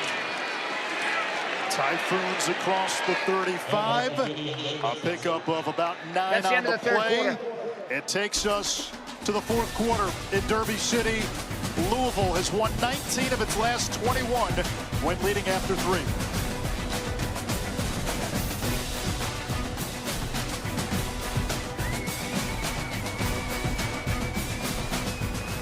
The 4th quarter with Louisville head coach Jeff Brom. Coach, you've held Clemson on 3rd down, 0 for 8. What's critical right now on this 3rd down? We got to hold them again. Right now we're giving up a lot of perimeter screens. We got to expand on that. We got to get to the quarterback more. This is 3rd and short, so we just got to find a way to get a stop if we can and stop this drive. Thank you. Ron English, the Louisville defensive coordinator, told us the Cardinals have to handle the perimeter. That's where Cal ate them up last week. Clemson runs straight ahead, and it looks like Randall's got enough. He does. And Jacob DeJesus in the Cal win last week had 16 catches, including the game winner on the perimeter. Yeah, TJ Quinn almost had one heck of a play here to stop Randall short of the 1st down, but just couldn't hold on to him. See, number 34 in there fighting and scratching, trying to get the big back on the ground, and just couldn't do it. What a nice answer this has been for Clemson as well, taking the ball, going right down the field to try to answer Louisville. Play fake. Moore able to haul it in. That is a catch. That's why you'll see Cade Klubnik playing on Sundays, because of that throw right there. Off his back foot, throwing an out route, kind of still going back, and then decides to set his feet and drive it. And it's on the money in time for TJ Moore, where he can get at least 1 foot down inbounds. 6 catches. 68 yards for Moore. By the way, that last 3rd down conversion for Clemson, their 1st of the night. Williams in motion. Klubnik rolling. Nobody there, and he's thrown down, flag down. They're gonna have a face mask. Wesley Bailey knows it. Yep, and he just kind of reached to grab to get a handle on Personal foul. Cade Klubnik. Horse collar tackle. Defense, number 23. So it's not a face mask, it's actually a horse collar. Previous spot, automatic, 1st down. And you're right, Wesley Bailey, he knew it right away. Let's go back and take a look at this tackle in space, and you're just trying to get a handle on an athletic player. That right hand grabs the back of the shoulder pads. I think he might have had, well, he reached for the face mask. He almost got the face mask in there.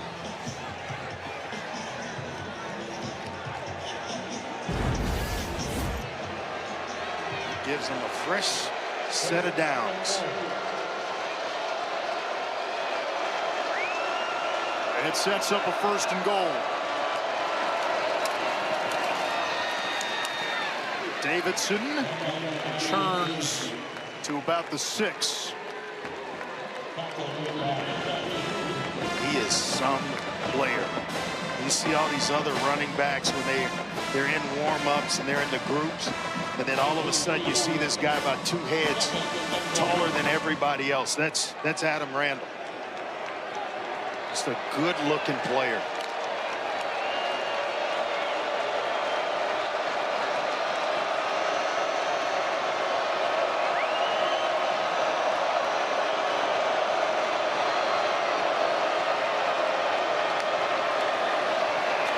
There's the pressure. Klubnik's hit. Somehow it is caught. Wow. And all the way down to the 1-yard line, Antonio Williams. Watts is coming right into the face of Cade Klubnik, and he doesn't flinch. He's going to stare down the blitzer, take the shot, and still deliver an accurately thrown football to Antonio Williams, who's trying to run a tunnel screen, but it's played so well, he's stopped in his tracks by Tayon Holloway. Jumbo package. And they'll give it to the big guy now. They'll give it to number 11, Peter Woods. The D tackle slash fullback. It's Woods. He fumbled it. The ball looked like it came out. Louisville says they have it. Hang on. And now the fist goes into the air. It's Clemson football. And it's 4th down. He tries to go airborne. Peter Woods tried to go airborne with it. There's a penalty marker down as well. Trying to go airborne out Watts. before he crosses Antonio Watts. He put his helmet right on the football.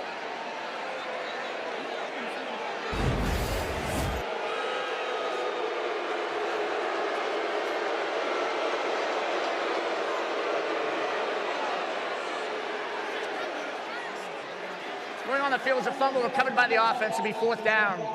After the play, unsportsmanlike conduct, defense number 50, and offense number 7. Those fouls will offset. It'll be 4th down. For each of those plays, that's their first foul towards disqualification. Let's check out this fumble again by Woods. He's trying, that's 310 Correction, pounds. is number 2 on the offense. Trying to imitate Walter Payton going over the pile. And Watts puts his helmet right on it, right on the football. And then they get Lubin and Klubnik after the play. 4th and goal. Clemson, no surprise, they will go for it. Woods remains in as the fullback. Heavy package with Randall behind Woods. Ball comes out again, and because it was 4th down, that doesn't even matter. It's going to be a Louisville ball. 4th down fumble rule, I'm not sure applies there because possession was never established. Looks like another flag. And they tried to give it to Peter Woods again. It looked like it was left on his hip by Klubnik, and the ball goes on the ground. Louisville recovers. Now let's see what this flag is about.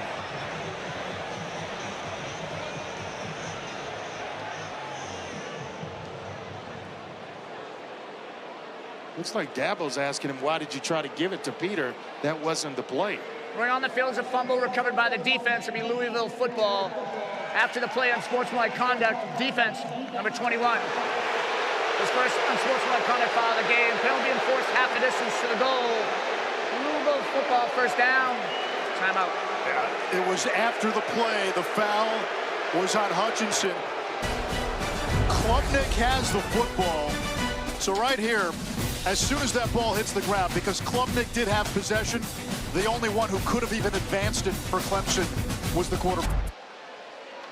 Let's look at the penalty after the play. So Louisville recovered the 4th down fumble, which only could have been advanced by Klubnik, and then that was the penalty after the play. On Hutchinson. Yeah.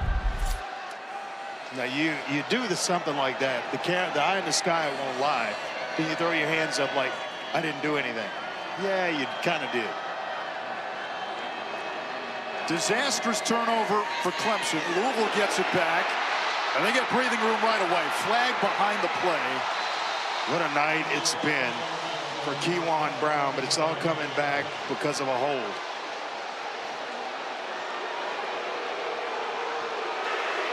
Holding, offense number 85. Half the distance to the goal, 1st down. It's on Kariski, and to go back to that fumble for Clemson, that's been a snapshot of their season. disaster at the absolute worst times. To keep an eye on the fullback, Kariski working up on Alexander. What do you think there, Andre? Not much there. That's a play on, as far as I'm concerned. But I know that a lot of officials will call it as soon as that hand slips outside of the shoulder. That's kind of an indicator. Just a lunge ahead for airspace.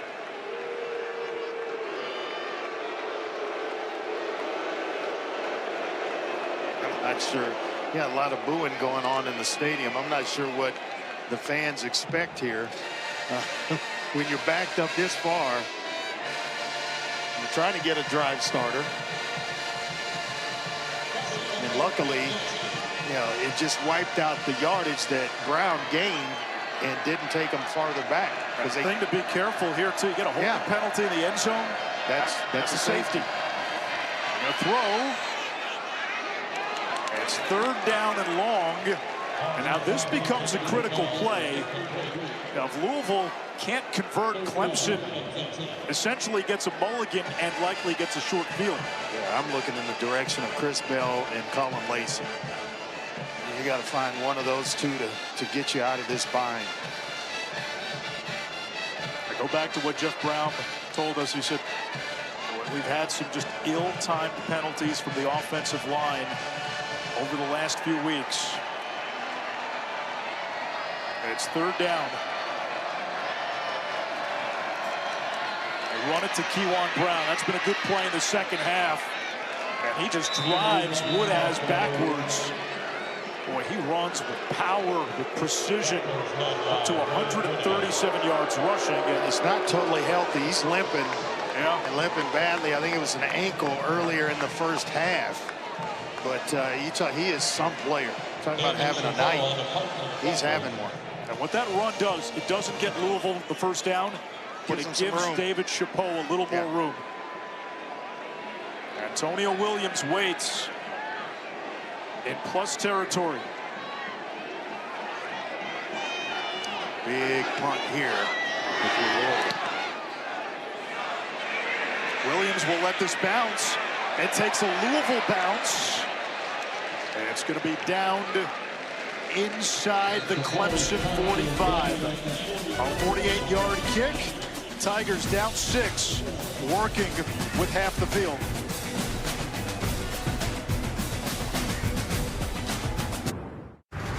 The College Football Playoff begins December 19th and concludes with the National Championship January 19th on ESPN. Clemson had a couple of chances to take the lead on their last drive. Peter Woods fumbled. Clemson recovered. And then 4th down. A fumble on the exchange. Louisville recovered. And Dabo Sweeney just not understanding. Yeah, he's going to Garrett Riley, wondering what the play call was, and it wasn't designed to go to Peter Woods. Woods wasn't expecting the ball on that handoff. But the Tigers defense forced the 3 and out, and now Clemson starts inside its own 45. Klubnik, who's been banged up down the stretch, off his back foot to nobody.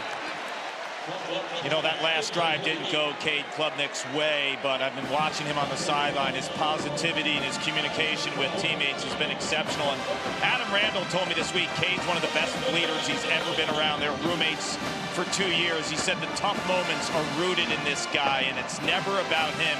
It's always about us. And he went on to say, God put him in my life for a reason. That's about as good of a compliment you can get from a teammate. This is a 2-time ACC championship game MVP. And he puts it in the belly of his running back. Randall speeds down the sideline. Stiff arm. And out of bounds after a huge run. They mark him out at the 10-yard line. It's a gain of 46. Well, if you're wondering if Randall can run, he just showed you that he can indeed do exactly that. And I mean, speed after breaking the line of scrimmage. This is a guy who is playing running back for the first time, and he's only played it for about 11 months. And so he's having some kind of season, some kind of game here tonight. Well, here we go. It's the third Clemson possession at the 10 or in. They only have 3 points to show for it. It's Randall. He's getting close to 100 yards rushing, up to 98. How about the patience? I mean, he didn't just get it and go hammer it into the line of scrimmage or into the back of one of his offensive linemen. He let the blocks set themselves. Then he found a nice little crease in which to try to squeeze that 6'2", 235-pound body through it. It's impressive. Antonio Williams is the slot man. Direct snap. Randall.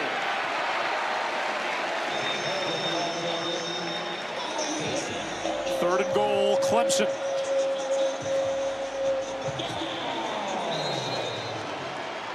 There's nothing there, and it looks like someone's Time down out on the field for an injured player of for the Clemson. offense. It's the right guard, Walker Parks, who is the lone Kentucky native on this Clemson team. They've had to shuffle pieces on the offensive line due to injuries this season. Tigers, despite some mistakes, still with a chance. 7:49 left.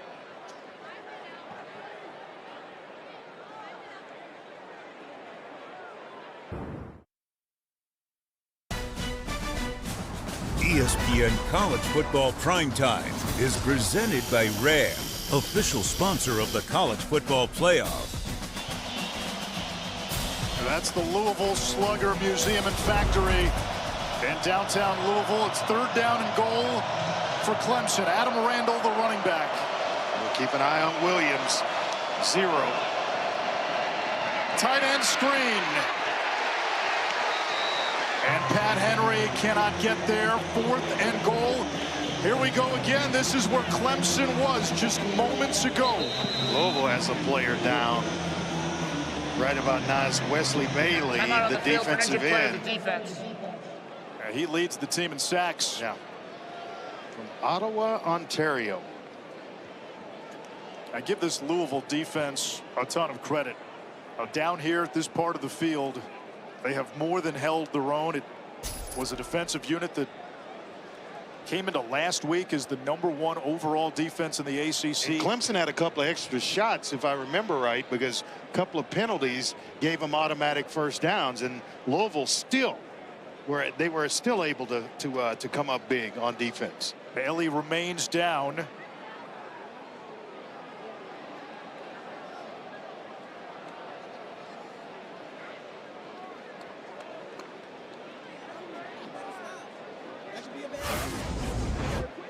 Take a look and see exactly how Wesley Bailey coming in, maybe some friendly fire from Corey Gordon. Looks like Braden Jacobs, the big 6'7", 355 freshman, number 74, got in there too. He's a good-looking player, though, isn't he? Yeah, his dad was a big-time running back in the NFL. Brandon Jacobs won a couple of Super Bowls with the Giants. All-time rushing touchdown leader for the Giants, and they've had some great running backs play there. Brandon being one of them. Bailey to his feet.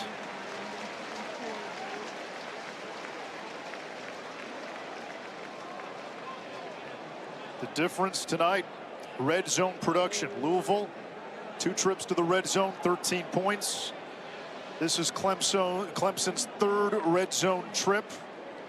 Only a field goal. They were stopped on 4th and goal from the 1 on their last drive. Here they are again. What do you call this time, Andre?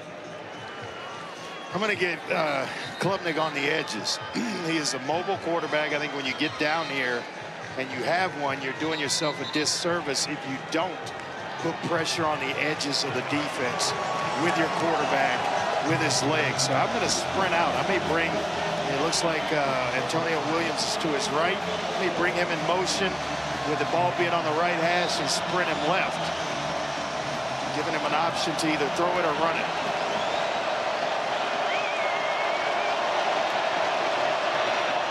Instead, it's Randall fighting. Waiting for a signal. Touchdown Clemson, and we are tied at 19. I was wondering what was taking so long, because it looked like, you know, half his body was laying in the end zone. I guess they just wanted to make sure he got turned sideways, and then he gets a little pull from Blake Miller. And into the end zone he goes. Blake Miller has been a stalwart at tackle. Going on the field is a touchdown. Previous play is under further review. All right, they will look at one more time. Miller starting his 51st consecutive game. We check in with the ACC's Game Day Operations Center. And so now when we look at, well, we're going to wait for Mike to give us the ruling on the field. So, hey guys, Mike is here. Mike, Ruling on the field is a touchdown. Thank you, Mike. So we're going to show you number 8, and we're going to show him he's going to run into the pile. We're looking at all of the body parts. I'm looking at 2 screens right now, guys. Correct. So okay. if they're synced, and you're going to see the number 8 going into the pile. We're going to see his body parts are up. And then when you look at the near cart as well, you're going to see eventually now we're going to see that he breaks the plane with his body parts up. The ruling on the field is upheld. Is everybody in agreement on this? I'm looking at the right shot is showing him his body part up. And the excuse me, left. The right part shows the ball's clearly over the plane with goal line by a lot. So the ruling on the field is upheld. Over the plane. Upheld. Thanks, guys. Thanks, guys. Clock is good. After further review, the ruling on the field is upheld. It's a touchdown. And now the point after. And remember, the point after, the difference in this game. Louisville missed one in the first half. Clemson now, if they make this, would take the lead.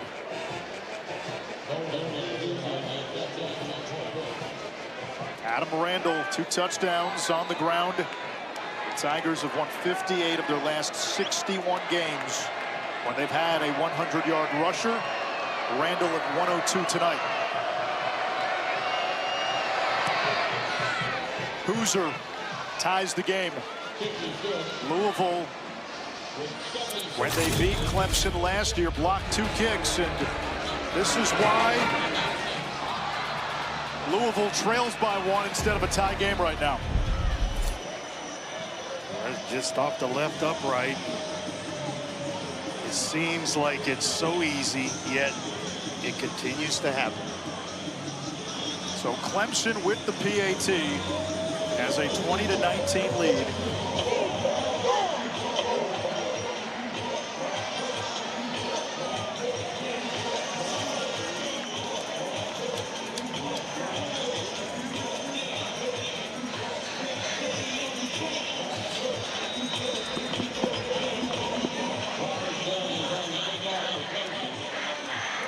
.16 to go in regulation.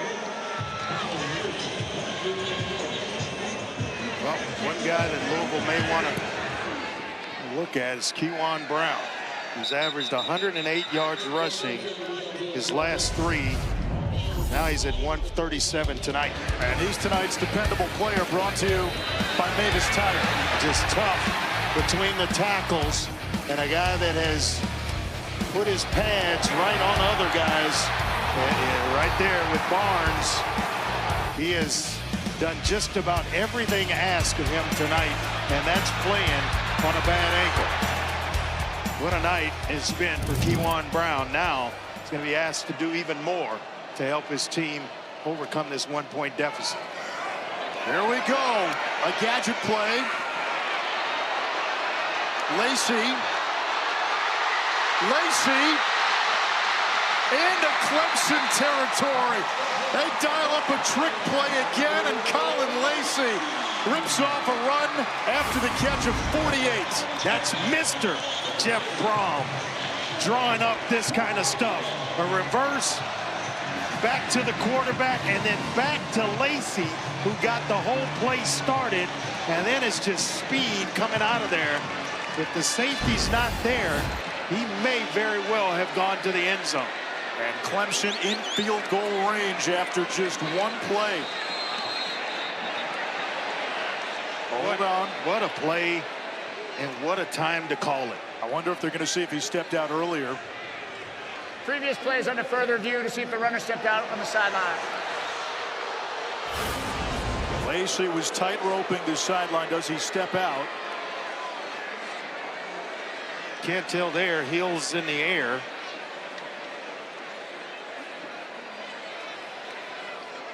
So this should continue on if that's the point. Fine with the left foot. I think he's fine. Well, let's listen to the ACC's Game Day Operations Center. Stepping out of bounds. So right now we're trying, when the number 5 is running up the field, we're looking at his feet and we're trying to make sure that he stays in the entire time, which is what the ruling on the field was. And right now, based off of the coach's end zone, we're going to go back a little bit. Go back. John, go back. How far do you want to go back? Go back, go back. Okay, right here. And now we're going to look. Go past this. So we're looking I don't at that see anything foot. there. Yeah, I Nothing see there it. to Yeah, be yeah. able to overturn. I Keep going. See the toe down. Keep going. Inbounds. Heel Yeah. up. Keep The next playing. step is clearly in. So we see that one in, we see this one in. Based off Now of we're these clear looks, off that, right? And we don't have anything to be able to overturn the ruling on the field. Ruling Upheld, on the first field down. stands. Yep. Our spot. Thanks, guys. Thank you.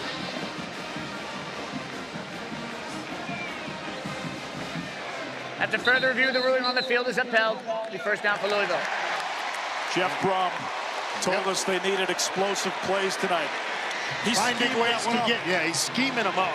And Miller Moss had not had a completed pass over 40 yards in the previous 7 games until that one to Lacey, which went for 48 yards. And Lacey did most of the heavy lifting. No doubt. Started the play and finished it. Kewan Brown remains on the bench. Duke Watson in the backfield. Watson dropped after just a yard. 2nd and 9. It was so hard to move this front of Clemson, which is so impressive with the job that Kewan Brown has done tonight. When you talk about first-round pick and TJ Parker, potential first-round pick, obviously, in Peter Woods. And they've got some other guys. Will Held on the other side, the Purdue transfer. Guys that are just fantastic playmakers on this defensive line. Yet Louisville having success running the football. Lacey is lined up in the backfield. He motions out. Cal did a lot of this to Louisville last week with DeJesus. And now a timeout by the Louisville Cards. takes his first time out of the half. It'll be a 30-second timeout. So 2nd down and 9, 5:36 left. 2 timeouts remaining. Critical drive for Louisville after Clemson took the lead, and that missed extra point by Ranvier in that first half, the difference in this game.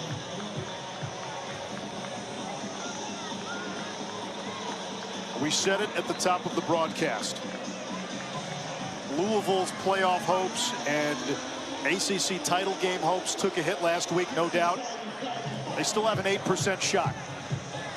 The number jumps to 15%. That's to get to the ACC championship, which they would then have to win to get into the playoff, but focus on getting there first. Yeah. If they win tonight, it's 8 to 15%. In a league that has been defined by chaos the last few weeks. Watson unable to get away, no gain. It's 3rd down. Sammy Brown just blew up that play. Goriski's trying to block and open up a nice crease on the outside, right outside the tackle, Trevante Sylvester. And Brown just came through, blew it up.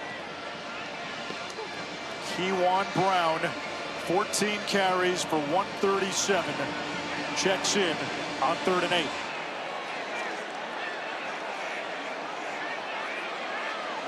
And Brown is split wide.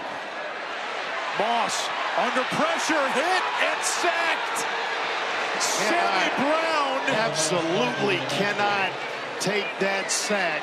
And now you got to punt the football away. I mean, they may run the kicker out here for this one, but and now you're pushing at the edge of Ranvier's been good this year. He has hit from 51 today, which was a career high.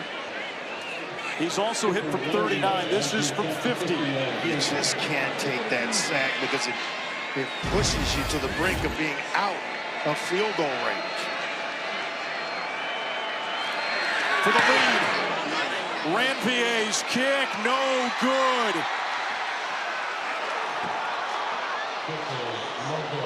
And that one you can put right on the shoulders of number 7, Miller Moss.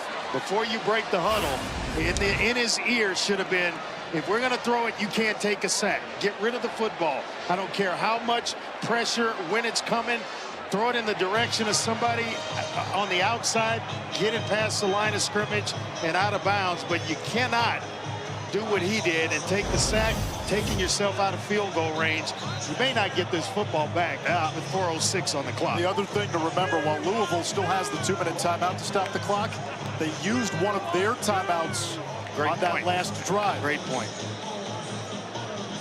4:06 to go. The ACC's wheel of destiny continues to spin with maniacal fervor. Louisville, going into last week, was seen as a team that had a path to the ACC championship game. They lose in overtime to Cal. Now, 2 missed kicks by one of the most reliable kickers in the league tonight. An extra point and a 50-yarder. Clemson with the football. Klubnik with a check down. It's Randall. Rope to the ground after a gain of 4. Second down. Well, Ron English has done one heck of a job tonight with his group. They came to the line of scrimmage, made it look like cover 1, man across the board, and that they were going to blitz TJ Quinn off the corner. They bounced right out of it, and now it's 3-deep zone. And so you've got a play call as a man beater. Are you thinking, if I break this run and get it past the original line of scrimmage, because of the man coverage, Randall's got a shot to break one. Well, they did. They go zone coverage and keep everything in front of them. Randall again. Good early penetration by TJ Capers. It's 3rd down. A lot of shuffling on the offensive line for Clemson. Walker Parks, we saw him exit the game moments ago. The freshman phenom, the left tackle, Braden Jacobs, 6'7", 355. How good, how versatile is he? He's at left guard right now. Yeah, he's the guy. The last 2 games at left guard. Very bright future, and especially right here at Clemson first and foremost. But he can play guard, he can play tackle, play right side, left side. Versatile O-lineman, and they are in demand. Tigers 1 for 11 on 3rd down. Klubnik. His pass dropped by his tight end, Pat Henry. Another drop by Clemson. That is 5 tonight. And the door ajar for Louisville. And that's not a bad thrown ball. That's on the money into the breadbasket of number 11. Should have caught that. And right up the middle of the field he goes. Can't run with it unless you have it. And it stops the clock, so that incompletion also functions as a timeout.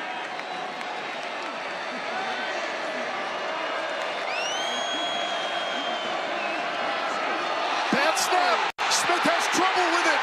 Down he goes. Louisville takes over inside the Clemson 25-yard line. You want madness? You have madness in the ACC. TJ Capers, I think, is the player that's going to get there and tap down the punter. And Jack Smith just mishandles it. And here comes Louisville. Please set the game clock to 2 minutes, 31 seconds, 2-3-1.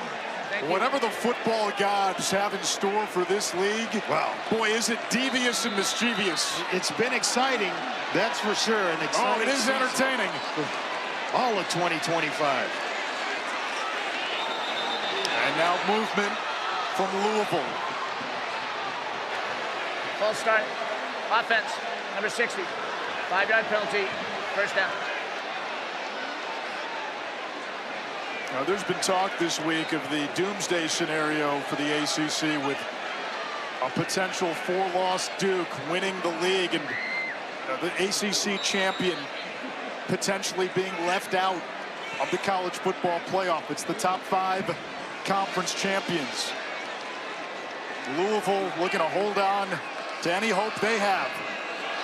Keywan Brown shipwrecked back at the 30. It's a loss of 2 more, so now again, you're making this harder for Ranvier. Already missed from 50. And he's missed an extra point. Louisville can take this down to the 2-minute timeout. And they will.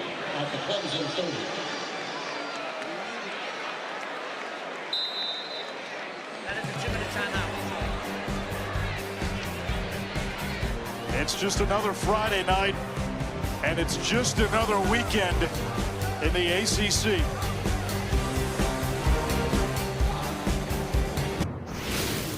Hi, I'm Scott Van Pelt. Coming up after the game, Lincoln Riley on USC's path to the playoff. We'll preview the weekend slate with Dusty Dvorak. And West Virginia women, they won a hoop game where their 5 was on the floor. Literally, they had no substitutions available in the second half. Anish, Andre, back to you. Amazing. Scotty, thank you. Still have a lot left here. Watson inside his left tackle. And it sets up a 3rd down and long for Louisville. We got another flag at the end of this play. And this is going to be against Louisville for an unsportsmanlike conduct penalty on Lance Robinson. He just shoved a Clemson player who went flying after he was kind of pulling Duke Watson. So let's see if this holds up, because this will be 15 yards and they will be out of field goal range.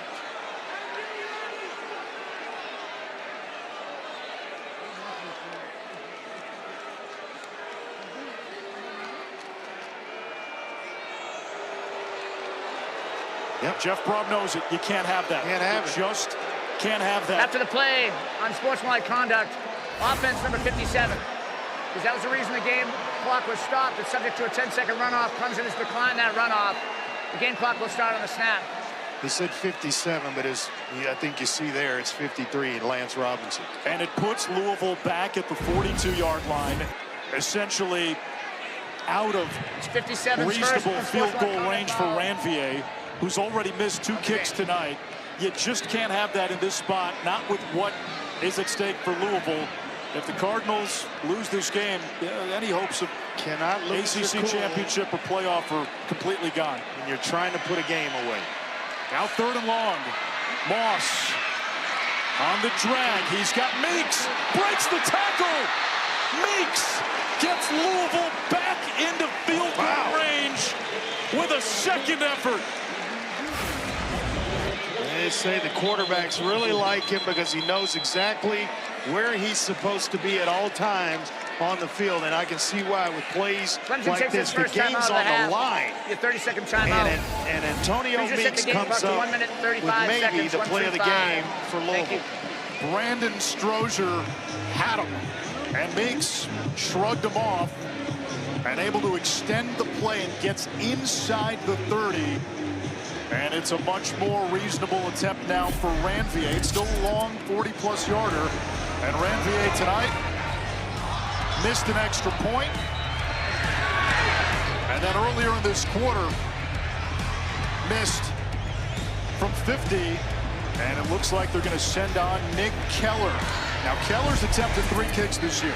He's 2 for 3. The 2 he's hit, both from 57. So he's their long-range guy. And he will come on here. A 46-yarder to take the lead.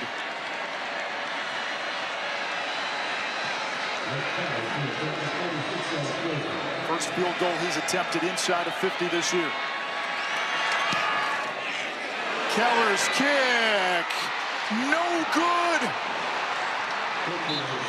A kingdom for a kicker. Louisville has missed 3 kicks tonight, 2 field goals and a PAT, but hold on, there's another flag at the end of this play. Owen never had a chance.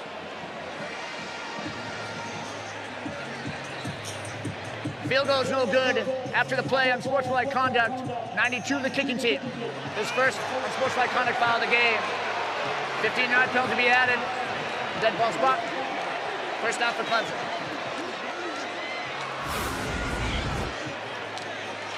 Looked as though to me that Nick Keller was leaning forward and his body was already starting. He was trying to hold himself back, and the snap was a little bit late, so the timing wasn't ideal. I'm sure that had all to do with why he pulled it so far left, but it certainly had a little bit to do with it. And Andre, that is 5 personal foul penalties against Louisville. That one against Micah Carter.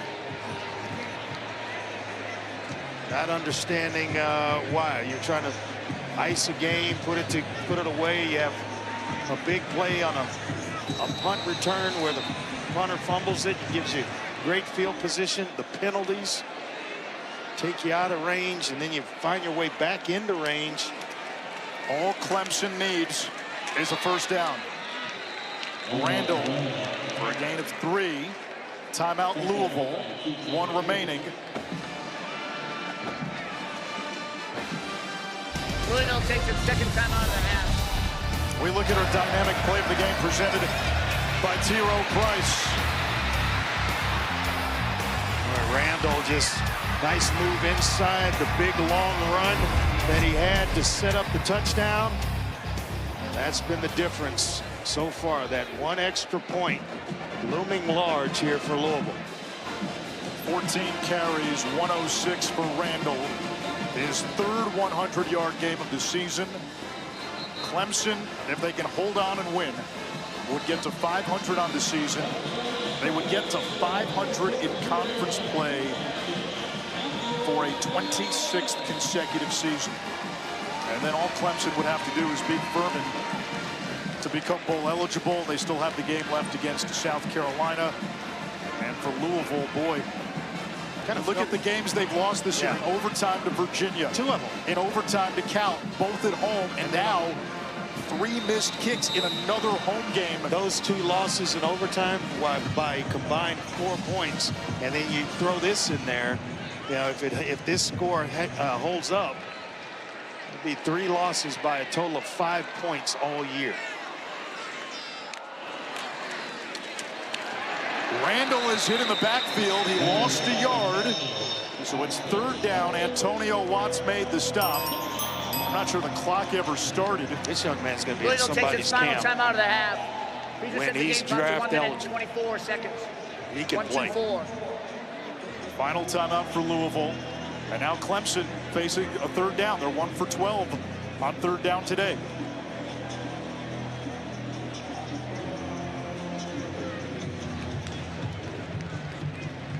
Run it again here if you're Clemson. Let the clock run all the way out. And you're forced to punt it. Now remember the last punt by Clemson. Yes. A little bit of a low snap. Smith had trouble with it. They basically gift wrapped the game for Louisville, who didn't want it. It's kind of been that way back and forth, hot potato. Yes, it has. In this 4th quarter. Yep. Who wants it? Now we had Clemson at the goal line. 2 tries from the 1-yard line. Couldn't get in.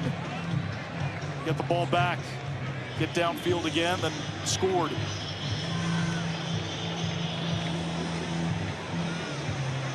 So you run it here, Andre, just to keep that clock moving. Absolutely. You're right. Put some time back on the clock. And you're telling Randall, 2 hands on the football. We're okay if you just don't put it on the ground. We get a timeout by Clemson. Clemson takes its 2nd timeout of the half.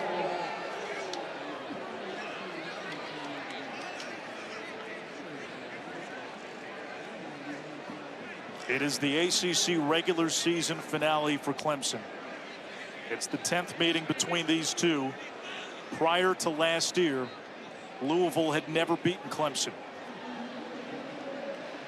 Dabo's giving him, firing up the long snapper, Philip Florenzo, who he's over there talking to right about now.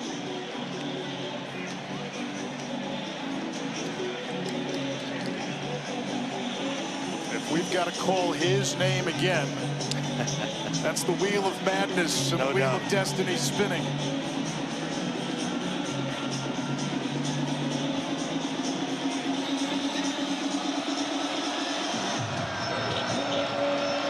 Randall's the sidecar for Klubnik.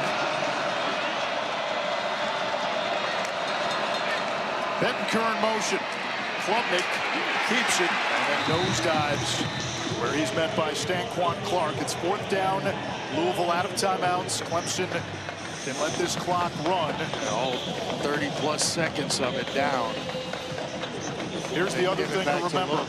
The guy back deep for Louisville. Oh, yeah, he can Colin Lacey has 2 punt return touchdowns on the season, 3 for his career. Keep in mind as well, they only need a field goal. Don't need to get in the end zone, just the field goal.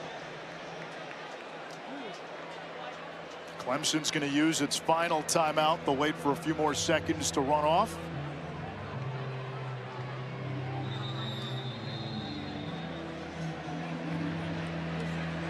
Delay of game on the offense. 5-yard penalty. It'll be 4th down. Penalty is also subject to a 10-second runoff. Louisville's declined that runoff. We just hit the game clock. 39 seconds. 0:39. Thank you. So Clemson just takes the delay. Is this a spot, Andre, where, listen, given who's back there, are you trying to kick it deep, maybe even out of bounds? Oh, I'm trying to kick it into the end zone if I can. Over Lacey's head and into the end zone, or somewhere left or right of him, but I would not kick it to him where he can return it. It might be awfully ugly if you kick it and let him have one to run back. Lorenzo the snap, it's clean. Smith punts it away. Short punt. Lacey watches this bounce. No return. There's a flag that comes in all the way from the near side of the field, far from the field. The line judge threw it.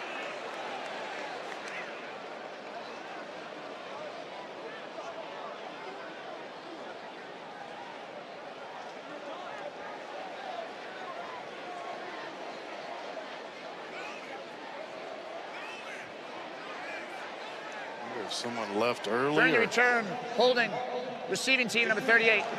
10-yard penalty, 1st down. Boy, it's just a free-for-all against Louisville with these penalties here as of late. Actually, excellent tackle here on Lacey not to allow him to get started. Hannafin right there. So yet another penalty in this 4th quarter against Louisville.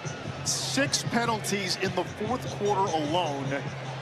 And now for a team that has struggled to find explosive plays in the pass game, that's what this game comes down to. No timeouts and 30 seconds left. Yeah, it's White that draws the flag for holding. And it was against the long snapper.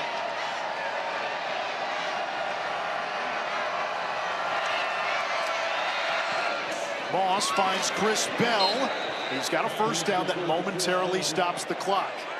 There's the other thing to remember. Get on it and clock it. Clock it right now, unless you have 2 plays called. Looks like they do. Moss finds Bell. That's going to keep the clock running. 15 seconds and ticking. Now he's got to spike it, and with 12 seconds, here's the other thing you got to remember if you're Louisville. Any penalty that causes a clock stoppage, you hit that 10-second runoff, you have no timeouts to stop the clock. And we only bring that up because penalties have plagued Jeff Brom's team in this 4th quarter. They certainly have, and a lot of them self-inflicted. One personal foul penalty took them out of field goal range and dashed their hopes, at least for the immediate future. Moss again over the middle, dropped. It's going to bring up 4th and 1, 8 seconds to go. Again, Andre, they have not taken shots downfield. Are you surprised, given what the score is, they just needed a field goal? Well, Clemson won't give them shots down the field. They've got guys back and holding everything underneath. So it's going to be a catch for a 1st down here if the drive even continues. Another drop, and it's Clemson kneeling down and running this thing out. with it being 4th down. They're not going to let anything get over the top, though. That ball is tipped. It's broken up. It's incomplete. Ricardo Jones, the PBU, and Clemson a kneel down away from getting to 500. Well, that's the one time you don't need to push it down the field. You're just thinking 1st down, and he tries to throw into coverage when he had Duke Watson sitting down underneath. Anything for a catch would have been a 1st down. Stops the clock momentarily, where you have something else called in order to execute quickly. Andre Ware, help me and help us make sense of the ACC over the last month. That is beyond my pay grade, my man, but it's going to be fun to sit back and watch the finish to this season, especially that Duke-Virginia game tomorrow, which has so much at stake. For Louisville, this is the final dagger in their hopes for a college football playoff berth or a trip to the ACC championship. It kind of felt like that extra point was going to hang around, and it did, and that's the difference. Dabo Swinney's Clemson Tigers get one on the road. Another close, devastating loss for Louisville. Jeff Brom's team has suffered 2 losses in overtime. This one, they lose on 3 missed kicks, 2 long field goals, and a missed extra point. And Clemson, the victor, they get to 5-5, 1 win away now from bowl eligibility. Louisville falls to 7-3. Kark. Woo. How would you categorize that 4th quarter? Oh, chaotic. You know, listen, first of all, I thought both teams battled their tails off. Both teams made enough mistakes to you know, lose the game, honestly. But, man, I'm just so proud of our guys. I mean, we just kept overcoming. We have critical mistake on the 4th and 1. Defense gets the stop. We go back down and score on the 4th and 1. And then they go back down, and we had just big-time plays on D to create the long field goal. You know, fortunate that he missed it. But, and then obviously the snap. We got a chance to maybe put the game away there. And, man, I ain't nobody I believe more in Florenzo. And, you know, I'm like, he didn't know if he was going back in the game. I said, what are you talking about, dude? You've been here 5 years. You're going back in the game. And he went out there and threw a freaking dart. And that's what it's all about. That's what this season's about. Hey, you get knocked down. It don't always go the way you want. You get yourself up and you go fight. And what you saw tonight was a team. Hey, Zero, man, special, dude. Hey, special. What a great player. You saw a team that would fight to the last second. And, again, I thought Louisville played with a ton of heart, too. I love Coach Brom. I think he's one of the best guys in this business. And it's a shame for somebody to lose a game like that. But, you know, our guys have fought their tails off all year, and this was a big one. This was a big one. It was a big one. And heading into tonight, you're 4-5. But when we spoke this week, you were so positive. You weren't frustrated. And you love this group. This group, it seems like this is a special group. Why? Because the tougher it's gotten, the closer they've become, the stronger they've gotten, and the more they've dug in. And that's not normal. Not in today's world. That's not normal. Usually when you have some adversity, you divide. People are looking for the sideline or the training room, but not these Tigers, not these seniors. That's the freaking heart of a champion right there. The record don't define you. How you respond is what defines you in everything, in life, in football, and everything. And hey, our record ain't what we want it to be, but we got a hell of a great group of young people right there that just fought their butts off, gave every ounce of everything they had. A lot of people have quit on them. There ain't no quitting that bunch, and there ain't no quitting me. Go Tigers. Nobody does that like Dabo. This amazing. Got me fired up. Of what we've seen in this league. Clemson tonight, 1 for 13 on 3rd down. Only 1 touchdown in 3 red zone trips. 5 dropped passes. Yet they pull out a road win against the top 25 Louisville team. Scott Van Pelt will make sense of it all on SportsCenter.